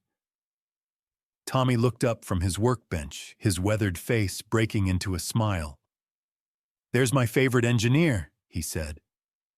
Emma ran to his workbench, drawn to the disassembled pocket watch spread across the felt surface. "What are you fixing?" 1895 Waltham, beautiful piece. Tommy pulled up a stool for her. "Want to see how it works?" For the next hour, Tommy became Emma's patient teacher. He showed her the mainspring coiled tight with stored energy, the escape wheel that released energy in controlled beats, the balance wheel that kept everything steady, oscillating like a heartbeat. "See how all these pieces work together." Tommy picked up a tiny gear with his tweezers. "This one connects to this one, which turns this wheel, which moves the hands. Every single piece matters. Remove just one, and the whole thing stops." Emma leaned closer, fascinated. "Like a family." Tommy met my eyes over her head. "Exactly like a family. Each person has a role. Each person matters. When everyone works together, everything runs smoothly." Emma was quiet for a moment. "My family doesn't work like that anymore." "No," Tommy said gently. "But you're building a new one, with your grandfather. Sometimes the families we build are stronger than the ones we're born into." He reached into a drawer and pulled out a small velvet box. "Speaking of family, I have something for you. Your grandmother asked me to keep it safe until the right time." Emma's eyes went wide as Tommy opened the box. Inside was a delicate lady's wristwatch, gold case, white face with Roman numerals, worn leather strap. "This was Grandma's. She wore it every day for 40 years. She wanted you to have it when you were old enough to understand what it means." Tommy lifted the watch and fastened it around Emma's wrist. "Your grandmother said, 'Time is the one thing we can never get back. So use it wisely. Spend it on the people you love.'" Emma stared at the watch, tears gathering. "I'll take care of it. I promise." "I know you will." Tommy squeezed her shoulder. "And every time you look at it, remember time is precious. Don't waste it trying to be perfect. Spend it being yourself with people who love you exactly as you are." We left the shop 20 minutes later, Emma cradling her wrist like the watch might disappear. On the walk down toward the bus stop, she was unusually quiet. "Grandpa," she asked as we waited at the corner, "do I have to be perfect all the time?" The question hit me hard. I knelt down to her level right there on the sidewalk. "Why would you think that, sweetheart?" "Because Daddy always said I had to be the best. Best grades, best manners, best everything. He said anything less was embarrassing." Her voice got smaller. "I'm scared I'll mess up and disappoint you too." I held her face gently in both hands. "Emma, listen to me. You don't have to be perfect. You just have to be yourself. Your father wanted perfection because he was trying to prove something. I just want you to be happy. But what if I make mistakes?" "Then you make mistakes. That's how people learn and grow." I smiled. "I make mistakes all the time. Just this morning, I burned the toast." She giggled despite her tears. "That was pretty bad toast, Grandpa." "Exactly. But we survived, didn't we?" I wiped her tears. "Emma, the only thing I expect is that you try your best, not be the best, but try. And be kind. And know that nothing you do will ever make me stop loving you. Nothing. Nothing. Not bad grades, not burned toast, not forgotten homework, nothing." I pulled her into a hug. "You're perfect as you are, and you're also allowed to be imperfect. Both things are true." Emma pulled back and looked up at me with hope. "When I grow up, will I be like Daddy or like you?" I thought about Marcus choosing money over love, about Helen who'd spent her life caring for others, about the choices we all make. "You'll be like your grandmother," I said, "strong, wise, and full of love. But Emma, you get to choose who you become. Every single day you make choices about what kind of person you want to be. Your father made his choices. I made mine. And you'll make yours. She looked down at Helen's watch. Grandma chose to be kind, right? Yes. She chose love every single time, even when it was hard. Then that's what I want to choose too. That evening after dinner and homework, I tucked Emma into bed. The music box sat on her nightstand, Helen's presence watching over her dreams. Grandpa, can we play the music box? I wound it gently, and Claire de Lune filled her bedroom. Emma's eyes were already closing. Grandpa, why did Daddy throw the music box away? I sat on the edge of her bed, choosing words carefully. Your father forgot what was important. He thought money and success mattered more than people and memories. He forgot that the most valuable things, love, family, trust, can't be bought or sold. Is he sad now in prison? I think so. I think he's starting to understand what he lost. But sometimes people have to lose everything before they can see what really mattered. Emma was quiet. Then, I'm glad you saved it. The music box. I'm glad you didn't give up. I'll never give up on you, Emma. That's a promise. She curled up under her blanket, Helen's watch still on her wrist. Yeah, I think Grandma knew you'd keep your promises. That's why she left the box for me. My throat tightened. I hope so, sweetheart. After Emma fell asleep, I sat alone in the living room, Helen's picture watching from the wall. Helen, I thought, our granddaughter is 8 years old and already understands what her father never learned. That time is precious, that people matter more than possessions, that love is the only legacy worth leaving. I kept my promise. Emma is safe. She's healing. She knows she doesn't have to be perfect. She just has to be herself.